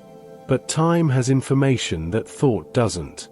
Time reveals what actually happens rather than what might happen. Time shows you which of your worried predictions materialize and which dissolve like mist in morning sun. Time brings context, new information, changed circumstances that you couldn't have anticipated no matter how much you worried. The practice, then, is learning to wait. Not passive waiting where you avoid everything, but active patience, doing what you can do now and then allowing time to do what only time can do. Trusting that many questions answer themselves if you give them space, that many problems resolve without your constant mental intervention. Most of what you chase in worry would reveal itself if you simply waited. Think about how often you've spent days or weeks worrying about something, only to have it resolve in a completely unexpected way. Or turn out to be less significant than you imagined. Or never happen at all. The worry didn't help. It didn't prevent anything or solve anything. It just filled time that could have been spent differently. Waiting, in this context, isn't about doing nothing. It's about distinguishing between productive action and anxious mental chasing. If there's something concrete you can do, do it. If there's useful preparation, prepare. But then stop. Stop the endless mental rehearsal. Stop the constant checking for new information. Stop trying to control through thought what can only be known through time. There's a particular kind of preparation that serves you better than trying to prevent all difficulty. The mind that expects turbulence is less shaken when it arrives. Not because you're catastrophizing or assuming the worst, but because you've acknowledged that life contains difficulty, that challenges will come, that smooth sailing is temporary. This expectation isn't pessimistic. It's realistic. It doesn't mean you stop hoping for good things or working toward positive outcomes. It means you're not building your peace on the assumption that nothing difficult will ever happen. You're building it on the knowledge that you can handle difficulty, that you've done it before, that you'll find a way through whatever comes. When turbulence arrives for someone who's expecting only smooth conditions, it's devastating. It's not just the difficulty itself, it's the shock of it, the sense that something has gone terribly wrong because life was supposed to be easy. But when turbulence arrives for someone who knows that life includes both calm and storm, it's more manageable. Not easy, not welcome, but also not shocking. Just another weather pattern moving through. This expectation creates resilience. Not the thick-skinned kind that pretends nothing hurts, but the flexible kind that can bend with difficulty without breaking. You're not rigid in your requirement that life be a certain way. You're adaptable, able to meet what comes because you haven't convinced yourself it couldn't come. The slower pace, the anchoring in this breath, the gratitude for what remains, the clear conscience, the simple duties, the patience with time, these aren't techniques for making anxiety disappear. They're practices for living with more presence, more wisdom, more steadiness even when difficulty is present. They don't eliminate the anxious heart's tendency to scan for danger. But they offer an alternative, a different way of being with silence, with time, with uncertainty, a way that's less exhausting, less consuming, more sustainable. Each time you choose to rest in silence rather than fill it with worry, you're practicing. Each time you slow to walking pace instead of rushing ahead, you're learning. Each time you anchor in this breath instead of drowning in predictions about future breaths, you're strengthening presence. These practices are cumulative. The first time is difficult. The second time is slightly less difficult. The 100th time, you're beginning to develop a new default, a new way of responding to anxiety's invitations. You're building pathways in your mind that lead toward presence rather than prediction, toward patience rather than rushing, toward gratitude rather than exclusive focus on what might be lost. You won't do this perfectly. There will be days, maybe many days, when anxiety wins. When you spend hours scanning for danger, racing toward imagined futures, drowning in worry despite knowing there's another way. That's okay. That's part of being human, part of having a mind that's trying to protect you even when its methods are counterproductive. The practice isn't about perfection. It's about returning. Each time you notice you've lost presence and you choose to come back to this breath, you're succeeding. Each time you catch yourself rushing and you slow to a walk, you're practicing wisdom. Each time silence triggers scanning and you choose to rest instead, you're learning something your anxious heart needs to know. That quiet can be safe, that presence can be trusted, that you don't need to live in constant preparation for imagined catastrophes. This moment, right now, is enough to practice with. You don't need to master everything at once. Just this breath. Just this choice. Just this gentle return to presence when you notice you've drifted away. The future will come whether you rush toward it or walk toward it or simply wait for it to arrive. But the quality of your experience between now and then, that's affected by the pace you choose, the attention you cultivate, the wisdom you practice. And in that choosing, that cultivating, that practicing, you might find something unexpected. That presence really is stronger than prediction, that peace really does have its own pace, that there's profound wisdom in learning to rest in the very silence that anxiety finds threatening. That wisdom is available to you now, not as something to achieve or perfect, but as something to return to again and again, as many times as needed. Just this breath. Just this moment. Just this choice to be here, now, as fully as you're able, while anxiety does whatever anxiety does. That's enough. It's always been enough. It remains enough now. Let's begin by settling in. There's nowhere else you need to be right now.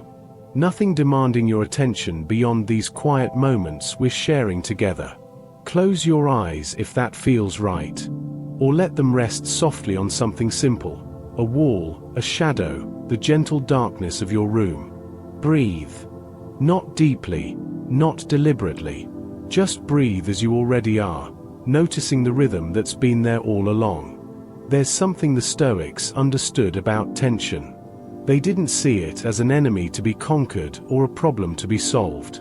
They saw it as something closer to a traveling companion, always there, walking alongside us through our days. The task is not to erase tension but to carry it lightly. Think about that for a moment. Carry it lightly. Not to make it disappear. Not to pretend it isn't there. But to change your relationship with its weight. When you wake in the morning and feel that familiar tightness in your chest, that's tension. When your mind races ahead to tomorrow's worries or circles back to yesterday's regrets, that's tension too. It lives in your shoulders, in your jaw, in the space between your thoughts. And here's what happens when we try to push it away. It pushes back. It grows heavier. It demands more of our attention, not less. But what if you didn't push? What if you simply acknowledged it, nodded to it the way you might nod to someone passing you on a trail, and kept walking? Life's edge feels sharpest when you grip it too tightly. Imagine holding sand in your hand. When you squeeze your fist, trying to hold every grain, what happens? The sand escapes between your fingers. The tighter you grip, the more you lose. But when you hold your hand open, gently cupped, the sand rests there. Some may drift away, but what remains stays effortlessly. This is how we often hold our lives. We clench. We grip. We try to control every outcome, manage every variable, prevent every possible disappointment. And in that gripping, we create the very discomfort we're trying to avoid. The anxiety you feel isn't always about what's happening. Sometimes it's about how tightly you're holding what's happening. Let's pause here. Take a breath. Let it be slow. Let it be easy. Notice your body right now. Are you holding tension anywhere? Your forehead? Your neck? Your hands? You don't need to force anything to relax. Just notice. Just observe. That's enough. The weight of anxiety comes not from the world, but from how tightly you hold it.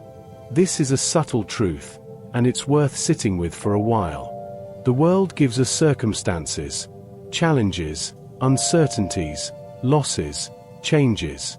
These are real. They have weight. But the burden we feel often comes from our resistance to them, from our insistence that things should be different than they are. Think of a time when you were anxious about something in the future. Maybe it was a conversation you needed to have, or a decision you needed to make. Remember how that anxiety felt: heavy, consuming, exhausting. Now, think about what happened when the moment actually arrived. Often, the reality was more manageable than the anticipation. The weight you carried wasn't the weight of the actual event. It was the weight of your thoughts about the event, held too tightly, examined too closely, turned over and over in your mind. This doesn't mean your concerns aren't valid. It means that somewhere in your relationship with those concerns, there's space for a gentler grip. Peace grows in the same soil as anxiety, attention. One is cultivated, the other left wild. Both peace and anxiety live in the garden of your attention. They need the same nutrients: your focus, your energy, your time. The difference is in the cultivation. Anxiety grows wild when we let our attention scatter, when we feed every worried thought, water every fearful scenario, give sunlight to every uncertainty. It spreads like ivy, climbing over everything, blocking out other possibilities. But peace can grow in that same soil. When you direct your attention with intention, when you notice your breath, when you acknowledge what is rather than what you fear might be, when you return again and again to this moment, you're cultivating something different. Something that doesn't require the absence of difficulty. Just a different way of meeting it. There's a rhythm to nature that asks nothing of us. The seasons turn. The moon waxes and wanes. Trees drop their leaves and grow them again. None of this requires your approval. None of it pauses for your consent. Nature changes without asking your permission. Learn from her how to adapt quietly. Watch how a tree bends in the wind. It doesn't stiffen against the force. It doesn't argue with the storm. It moves. It adapts. And when the wind passes, it returns to its place, maybe missing a few branches, maybe wearing new scars, but still rooted, still standing. You're part of this same natural world, even when you're lying here in your human-made room with your human-made worries. The wisdom of adaptation is in you too. You've bent before. You've weathered changes you didn't choose. You've released what needed releasing and found your way back to your roots. Life will continue to change without asking you first. That's not a threat. It's just a fact, as neutral as rainfall. The question is, will you stiffen against it, or will you learn the tree's quiet flexibility? Take another breath. Slow, steady, easy. Feel how small this moment actually is. Just this breath. Just this second of time. The present moment is small, but it's wide enough to hold your calm completely. We often make the present moment too crowded. We bring yesterday into it, replaying conversations, regretting choices, nursing old wounds. We drag tomorrow into it, rehearsing anxieties, building contingency plans for scenarios that may never arrive. And suddenly this small, manageable moment becomes impossibly heavy. But when you strip away what isn't actually here right now, what's left is remarkably simple. Air entering your lungs. The surface beneath you. The darkness behind your eyelids. Sounds in the distance. The quiet inside. This moment, just as it is wide enough. There's room here for you to be calm. Not because everything is perfect. Not because all your problems have vanished. But because this moment, in its smallness, doesn't require anything more from you than your presence in it. Even the calmest harbor knows storms. Serenity lies in trusting you'll weather them. Serenity isn't the absence of storms. If you're waiting for a life without turbulence before you allow yourself peace, you'll be waiting forever. Storms come. That's part of the deal of being alive. The sea doesn't stop moving. The sky doesn't stop changing. But there's something you've learned, whether you've named it or not. Storms pass. Every one you've encountered so far, you've survived. Every night that felt endless eventually gave way to morning. Every season of difficulty, no matter how long it lasted, eventually shifted. The trust that builds serenity isn't trust that nothing difficult will happen. It's trust in your capacity to move through difficult things. To bend without breaking. To hold on when you need to and to let go when that's wiser. To ask for help. To rest when you're weary. To begin again when you're ready. You can't prevent life's tide from rising, but you can learn to stand steady in it. The tide will rise. Some days it will rise higher than others. Some days you'll barely notice it lapping at your ankles. Other days it will feel like it's pulling you under. This is the nature of tides. They don't consult your schedule or your preferences. But you can learn to stand. Not rigidly. Rigidity breaks under pressure. But with a kind of rooted flexibility. Feet planted, knees soft, breathing steady. Knowing that tides, by their nature, recede. Trusting your ability to keep your head above water. Finding the strength in your legs, in your core, in the practiced steadiness you've built through every other tide you've stood in. Let's return to your breath for a moment. Don't change it. Just follow it. In and out. In and out. Simple. Reliable. Always there. The storm outside, you cannot reach the peace you build within, unless you invite it in. This is perhaps the most important thing. The chaos of the world is real. The challenges you face are real. The uncertainty, the difficulty, the disappointments, all real. But there's a distinction worth holding on to, the storm out there and the space in here. When you constantly replay the news in your mind, when you catastrophize every setback, when you let every harsh word or difficult circumstance take up residence in your thoughts, you're opening the door. You're inviting the external storm into your internal sanctuary. The Stoics were clear about this. You can't always control what happens around you, but you have more agency than you think over what you allow into your inner world. This doesn't mean ignoring reality. It doesn't mean pretending difficult things aren't happening. It means recognizing that you have a choice about how much space you give them in your thoughts, how much energy you feed them, how deeply you let them disrupt the peace you're capable of building. Do not demand comfort from the world. Build it within yourself where no chaos can reach. The world is not designed for your comfort. This might sound harsh, but it's actually liberating. Once you stop expecting the world to arrange itself for your ease, once you stop waiting for conditions to be perfect before you allow yourself peace, you become free to create that peace yourself. You become the architect of your own inner sanctuary. You learn what calms you, Not what distracts you, but what genuinely settles your nervous system. Maybe it's silence. Maybe it's movement. Maybe it's the ritual of making tea, or the practice of writing, or the simple act of looking at the sky. You build comfort in the way you speak to yourself when things go wrong, in the compassion you offer yourself when you make mistakes, in the gentle reminder that you're doing the best you can with what you know, with what you have, in this moment. This is where true refuge lives. Not in circumstances that cooperate. Not in a world that finally behaves the way you'd like. But in the steady, patient, practiced peace you build brick by brick inside yourself, where no external chaos can dismantle it unless you grant permission. Let yourself settle deeper now. Let your weight sink into whatever is holding you. There's nothing more you need to do tonight.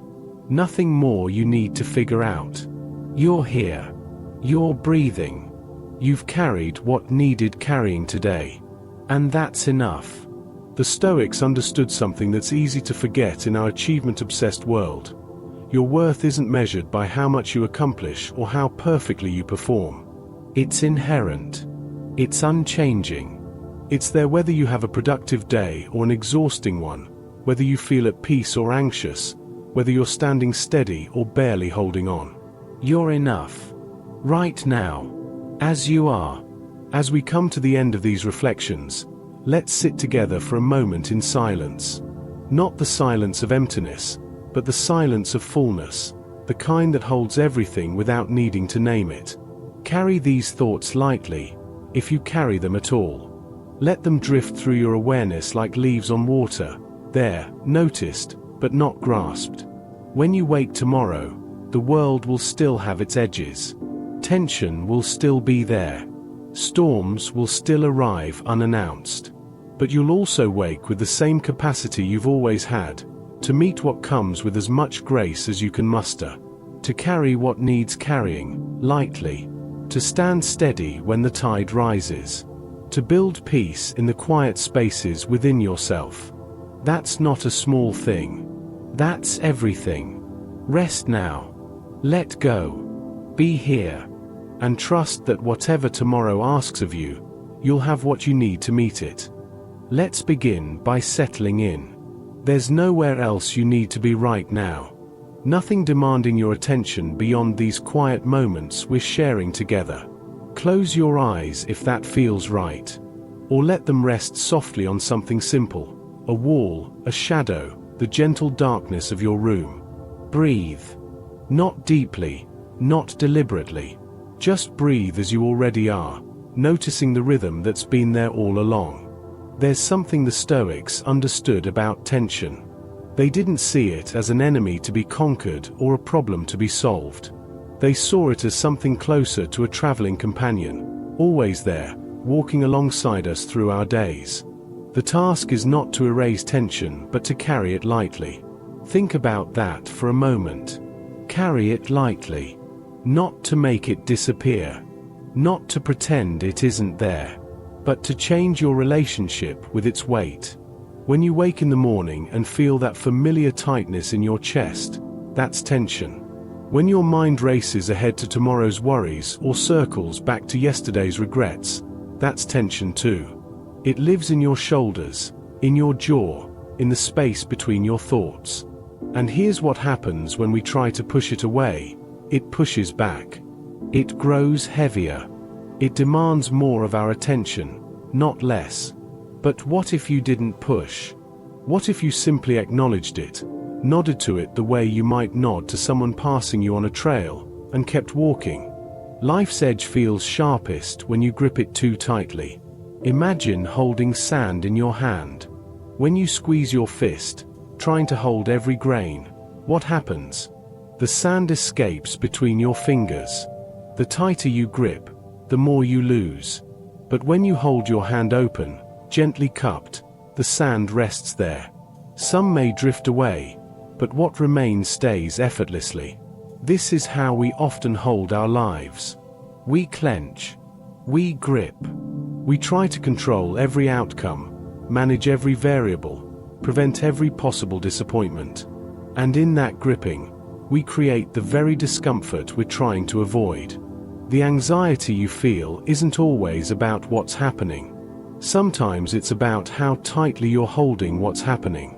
Let's pause here. Take a breath. Let it be slow. Let it be easy. Notice your body right now. Are you holding tension anywhere? Your forehead? Your neck? Your hands?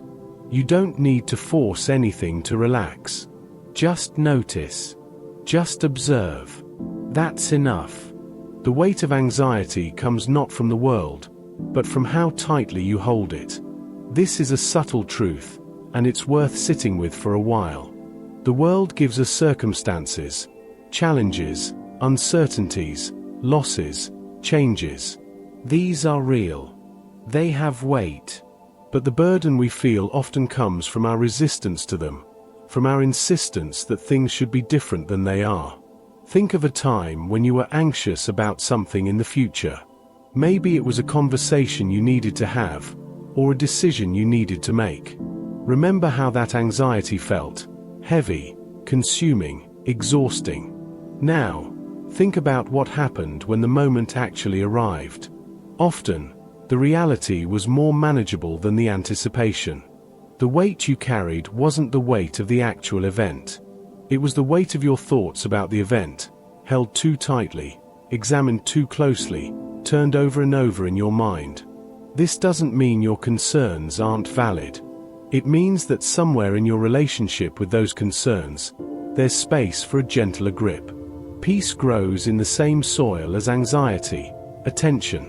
One is cultivated, the other left wild. Both peace and anxiety live in the garden of your attention.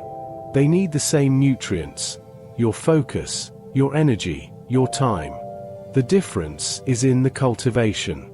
Anxiety grows wild when we let our attention scatter, when we feed every worried thought, water every fearful scenario, give sunlight to every uncertainty. It spreads like ivy, climbing over everything, blocking out other possibilities. But peace can grow in that same soil. When you direct your attention with intention, when you notice your breath, when you acknowledge what is rather than what you fear might be, when you return again and again to this moment, you're cultivating something different. Something that doesn't require the absence of difficulty, just a different way of meeting it. There's a rhythm to nature that asks nothing of us. The seasons turn. The moon waxes and wanes. Trees drop their leaves and grow them again. None of this requires your approval. None of it pauses for your consent. Nature changes without asking your permission. Learn from her how to adapt quietly. Watch how a tree bends in the wind. It doesn't stiffen against the force. It doesn't argue with the storm. It moves. It adapts. And when the wind passes, it returns to its place, maybe missing a few branches, maybe wearing new scars, but still rooted, still standing. You're part of this same natural world, even when you're lying here in your human-made room with your human-made worries. The wisdom of adaptation is in you too. You've bent before. You've weathered changes you didn't choose. You've released what needed releasing and found your way back to your roots. Life will continue to change without asking you first. That's not a threat. It's just a fact, as neutral as rainfall. The question is, will you stiffen against it, or will you learn the tree's quiet flexibility? Take another breath. Slow, steady, easy. Feel how small this moment actually is. Just this breath. Just this second of time. The present moment is small, but it's wide enough to hold your calm completely.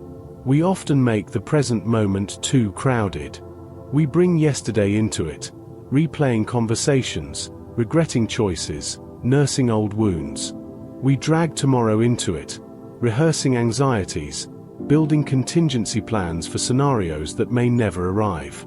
And suddenly this small, manageable moment becomes impossibly heavy. But when you strip away what isn't actually here right now, what's left is remarkably simple. Air entering your lungs. The surface beneath you. the darkness behind your eyelids, sounds in the distance, the quiet inside. This moment, just as it is wide enough. There's room here for you to be calm. Not because everything is perfect. Not because all your problems have vanished. But because this moment, in its smallness, doesn't require anything more from you than your presence in it. Even the calmest harbor knows storms. Serenity lies in trusting you'll weather them. Serenity isn't the absence of storms. If you're waiting for a life without turbulence before you allow yourself peace, you'll be waiting forever. Storms come. That's part of the deal of being alive. The sea doesn't stop moving. The sky doesn't stop changing. But there's something you've learned, whether you've named it or not. Storms pass. Every one you've encountered so far, you've survived. Every night that felt endless eventually gave way to morning. Every season of difficulty, no matter how long it lasted, eventually shifted. The trust that builds serenity isn't trust that nothing difficult will happen. It's trust in your capacity to move through difficult things, to bend without breaking, to hold on when you need to and to let go when that's wiser, to ask for help, to rest when you're weary, to begin again when you're ready. You can't prevent life's tide from rising, but you can learn to stand steady in it. The tide will rise. Some days it will rise higher than others. Some days you'll barely notice it lapping at your ankles. Other days it will feel like it's pulling you under. This is the nature of tides. They don't consult your schedule or your preferences. But you can learn to stand.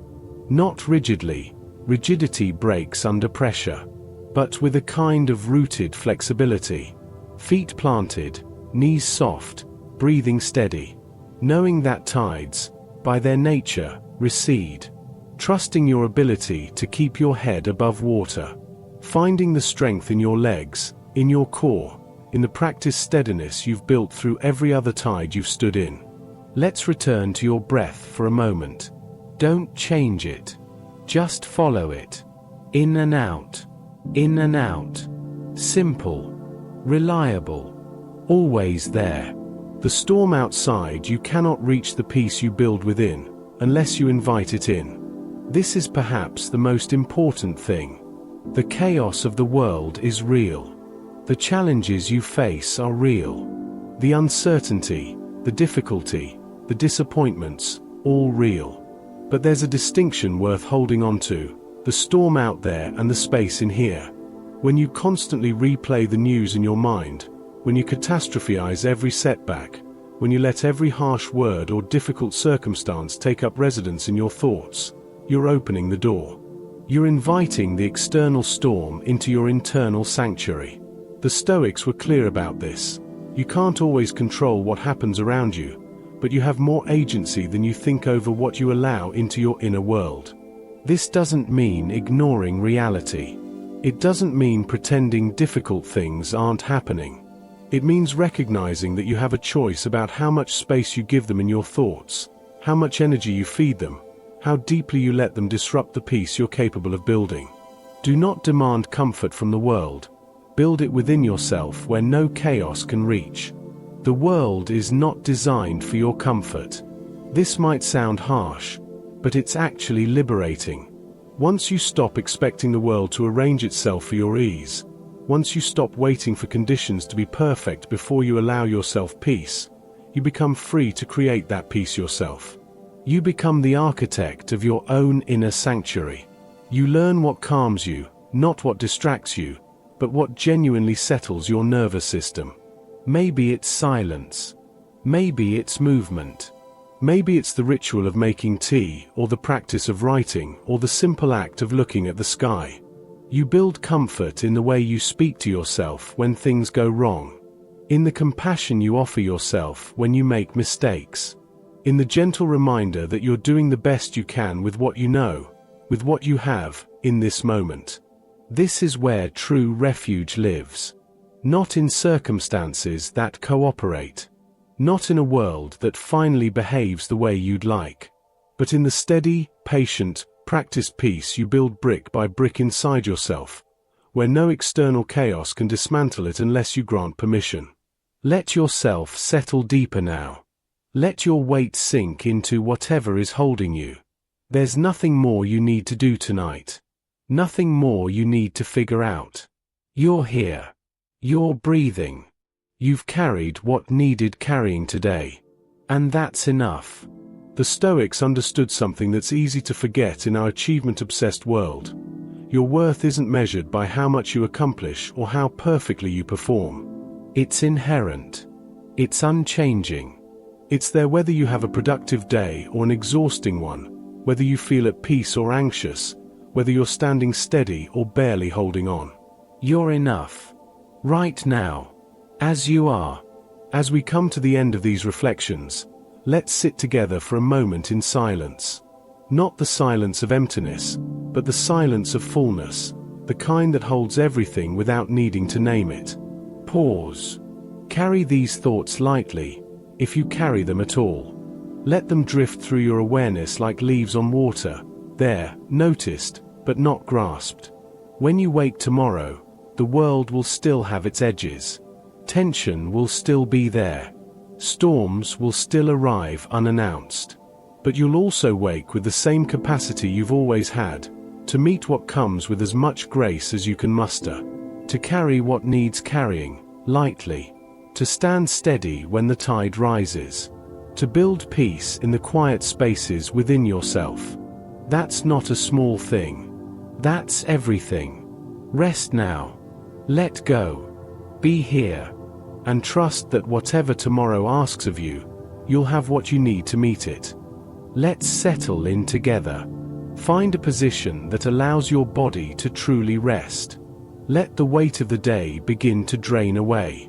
Feel yourself supported, held by whatever surface is beneath you. Breathe. Just as you are. There's no particular way this needs to go. No perfect state to achieve. Just this moment. Just this breath. Just you, here. Tonight we're going to explore something the ancient Stoics knew well, the relationship between waiting and moving, between the anxious mind and the steady one, between the pursuit of peace and its actual arrival. These aren't ideas to master. They're simply things to sit with, to let wash over you like gentle waves. The mind that waits for perfect peace before acting will never move.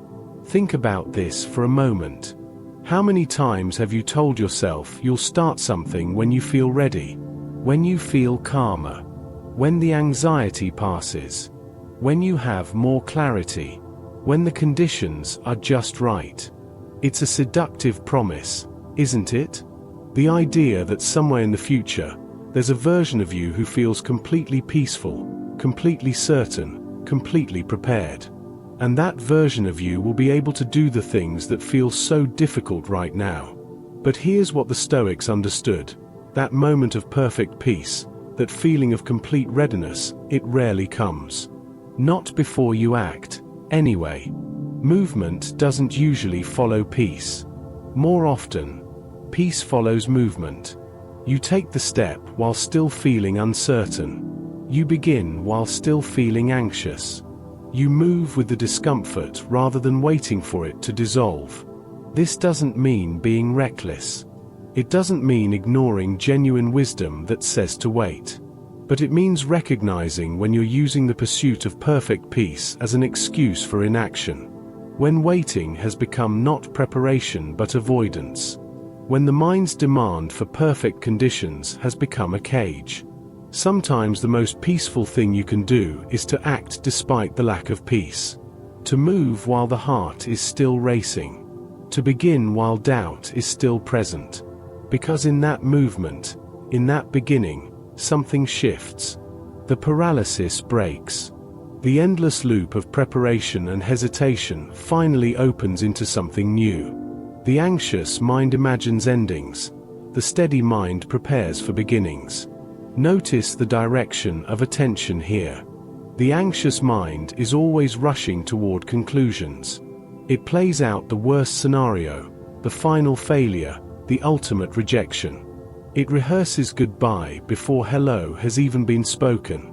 It writes the ending before the story has had a chance to unfold. This is exhausting. It's living the pain of imagined losses over and over. It's mourning futures that haven't happened and may never happen. The anxious mind treats uncertainty as if it can only resolve badly, and then lives in that bad resolution as if it's already real. But the steady mind moves differently. It doesn't deny that things might not work out. It doesn't insist on happy endings or guaranteed success. Instead, it focuses on what comes next, on the beginning that's available right now, on the first step, not the final destination. What's the next thing? That's what the steady mind asks. Not, how will this all turn out? Not, what if everything falls apart? Just, what's the next right action I can take from where I'm standing? This is how you move through uncertain times. Not by predicting or controlling outcomes. Not by figuring everything out in advance. But by staying present to beginnings. To the constant renewal that each moment offers. To the next breath, the next choice, the next small act of engagement with your life. Worry is a misuse of imagination. Turn it instead toward readiness. Your imagination is powerful. It can transport you through time. It can show you things that don't yet exist. It can rehearse possibilities and explore scenarios. This is a gift. But like any gift, it can be used well or poorly. When you use your imagination to construct catastrophes, to build detailed scenes of failure, to visualize all the ways things could go wrong, you're spending precious creative energy on suffering. You're using one of your greatest capacities to make yourself miserable. But imagination can be redirected. Instead of asking what could go wrong, you can ask what you might need. Instead of rehearsing disaster, you can mentally walk through coping strategies. Not to control outcomes, but to prepare yourself. To remind yourself that you have resources. That you've handled difficult things before. That you're more resilient than your worry gives you credit for. This isn't about forced positivity. It's about using your imagination as a tool for readiness rather than a generator of dread. It's about recognizing that if you're going to spend mental energy on the future anyway, you might as well use it in service of your capacity rather than your fear. Fear often speaks in certainty. Wisdom replies with curiosity. Listen to how fear talks to you. It speaks in absolutes. It says things like, this will definitely fail. You can't handle this. Everyone will judge you. It's going to be terrible. Fear doesn't hedge. It doesn't qualify. It presents its predictions as facts. But wisdom knows better. Wisdom knows that the future is open. That outcomes aren't written yet. That certainty about things that haven't happened is a kind of fiction. So when fear speaks in its certain terms, wisdom responds not with counter-certainty, not with forced optimism, but with curiosity. Is that true? How do you know? What else might be possible? What have you survived before that felt this daunting? Curiosity opens what fear has closed. It creates space where fear has created constriction. It reminds you that you don't actually know how things will unfold, which means there's room for outcomes you haven't imagined, for strengths you haven't acknowledged, for support you haven't anticipated. This gentle questioning isn't about arguing with yourself. It's about refusing to let fear's certainty go unchallenged. About remembering that the most honest answer to many of our fears is simply, I don't know yet. And that unknowing, uncomfortable as it is, contains more possibility than fear's grim certainties. The mind unsettled by the unknown is cured not by answers, but by trust. We spend so much energy seeking answers, trying to figure things out, demanding to know how things will turn out before we're willing to move forward. We treat the unknown as a problem that needs solving, a gap that needs filling. But some things simply can't be known in advance.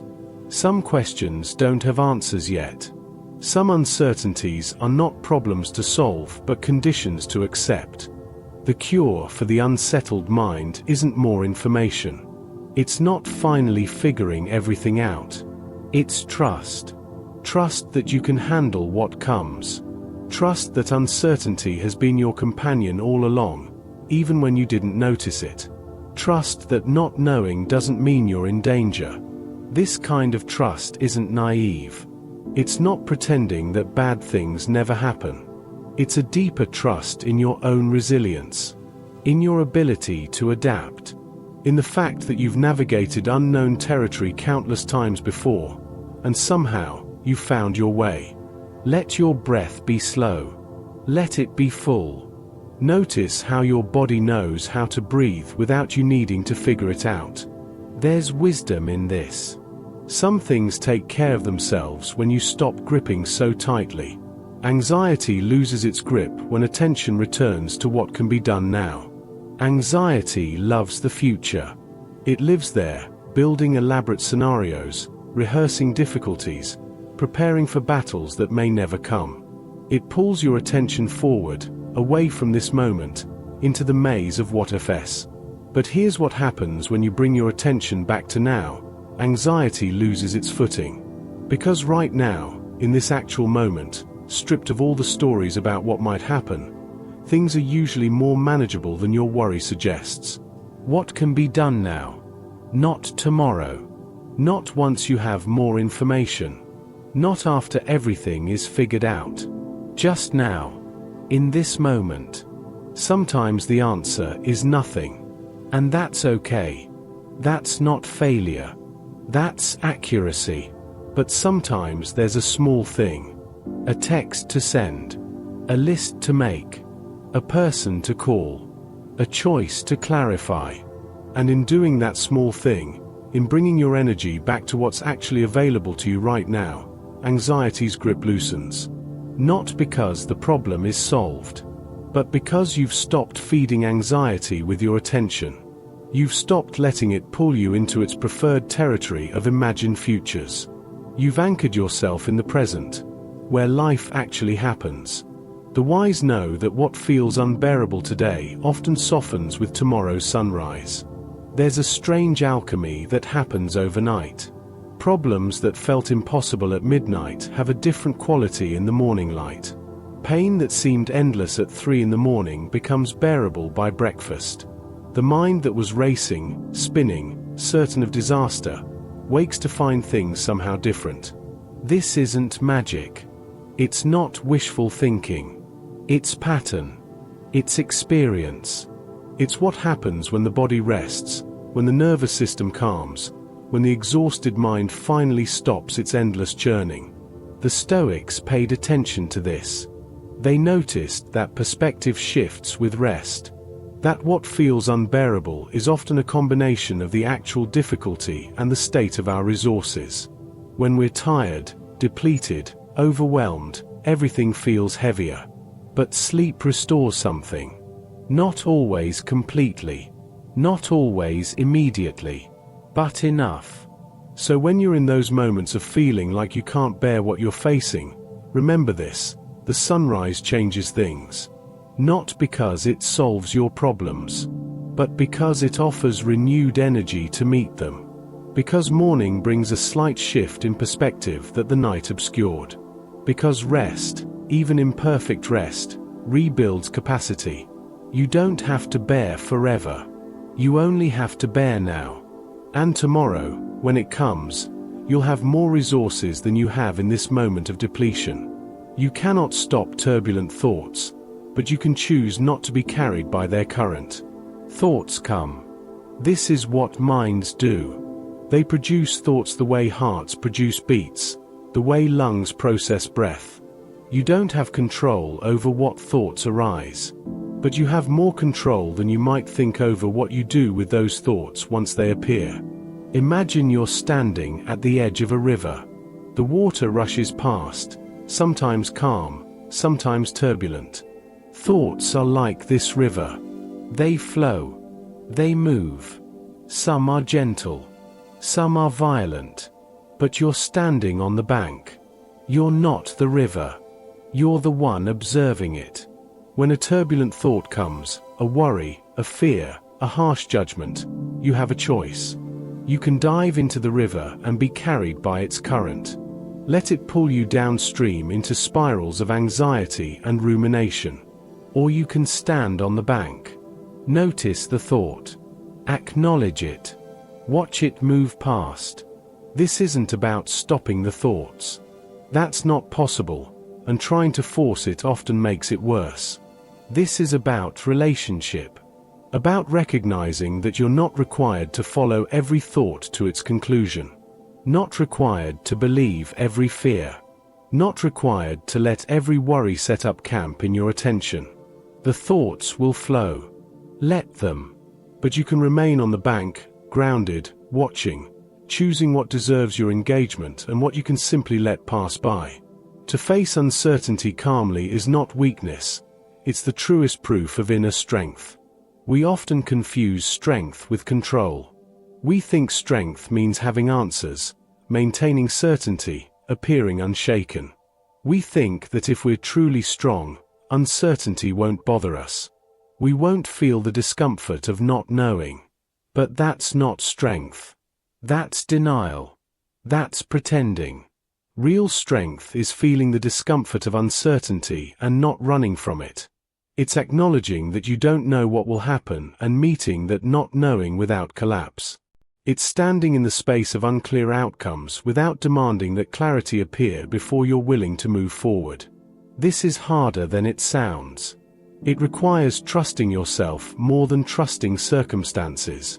It requires believing that you can handle what comes, even when you can't predict what that will be. It requires a kind of humility, an acceptance that control is mostly an illusion and that life unfolds according to its own logic, not yours. The calm that faces uncertainty isn't the calm of someone who has no fear. It's the calm of someone who has fear and doesn't let that fear dictate their choices. Who feels the ground shake and keeps their balance anyway. Who looks at the unknown and says, I can meet this. That's strength. Not the absence of uncertainty, but the willingness to move through it without demanding it disappear first. Peace does not arrive suddenly. It settles when you stop chasing it. We treat peace like a destination, like something to achieve. We think if we just do the right things, figure out the right answers, fix the right problems, then peace will finally arrive. We'll finally feel calm. Finally feel settled. Finally feel okay. But peace doesn't work like that. It's not a prize you earn or a place you reach. It's more like a shy animal. The more you chase it, the faster it runs. The tighter you grip for it, the more it eludes you. Peace settles in the spaces between striving. In the moments when you stop demanding that you feel different than you feel. When you stop insisting that circumstances be other than they are. When you release the exhausting project of constantly trying to optimize your way to serenity. It comes when you're not looking for it. When you're simply here, in this moment, with whatever this moment contains. Not trying to change it. Not judging it. Just being with it. Just breathing through it. This doesn't mean giving up on growth or healing. It doesn't mean never working to improve your circumstances. It means recognizing that peace isn't the reward you get after you've perfected everything. It's the gentle state that becomes possible when you stop making your okayness conditional on things being a certain way. Let yourself rest now. Let your body soften completely. Let your breath find its own rhythm. You don't have to figure anything out tonight. You don't have to solve anything or fix anything or become anything other than what you already are. The thoughts will come and go. Let them. They're just weather passing through the sky of your awareness. Some clouds are dark. Some are light. But you're the sky itself, vast, spacious, unchanged by whatever passes through it. Tomorrow will come with its uncertainties, its questions, its demands. And when it does, you'll meet it. Not perfectly. Not with all the answers. but with the same steady presence you've carried through every other uncertain day of your life. You've already proven you can do this. You've already moved through what you once thought was impossible. You've already survived every difficult day you've faced so far. That's not nothing. That's everything. So rest. Trust. Let go of the need to know how it all turns out. Peace isn't somewhere else. It's not in the future when things are finally settled. It's available here, in this breath, in this moment, when you stop chasing long enough to notice it's been here all along. Good night.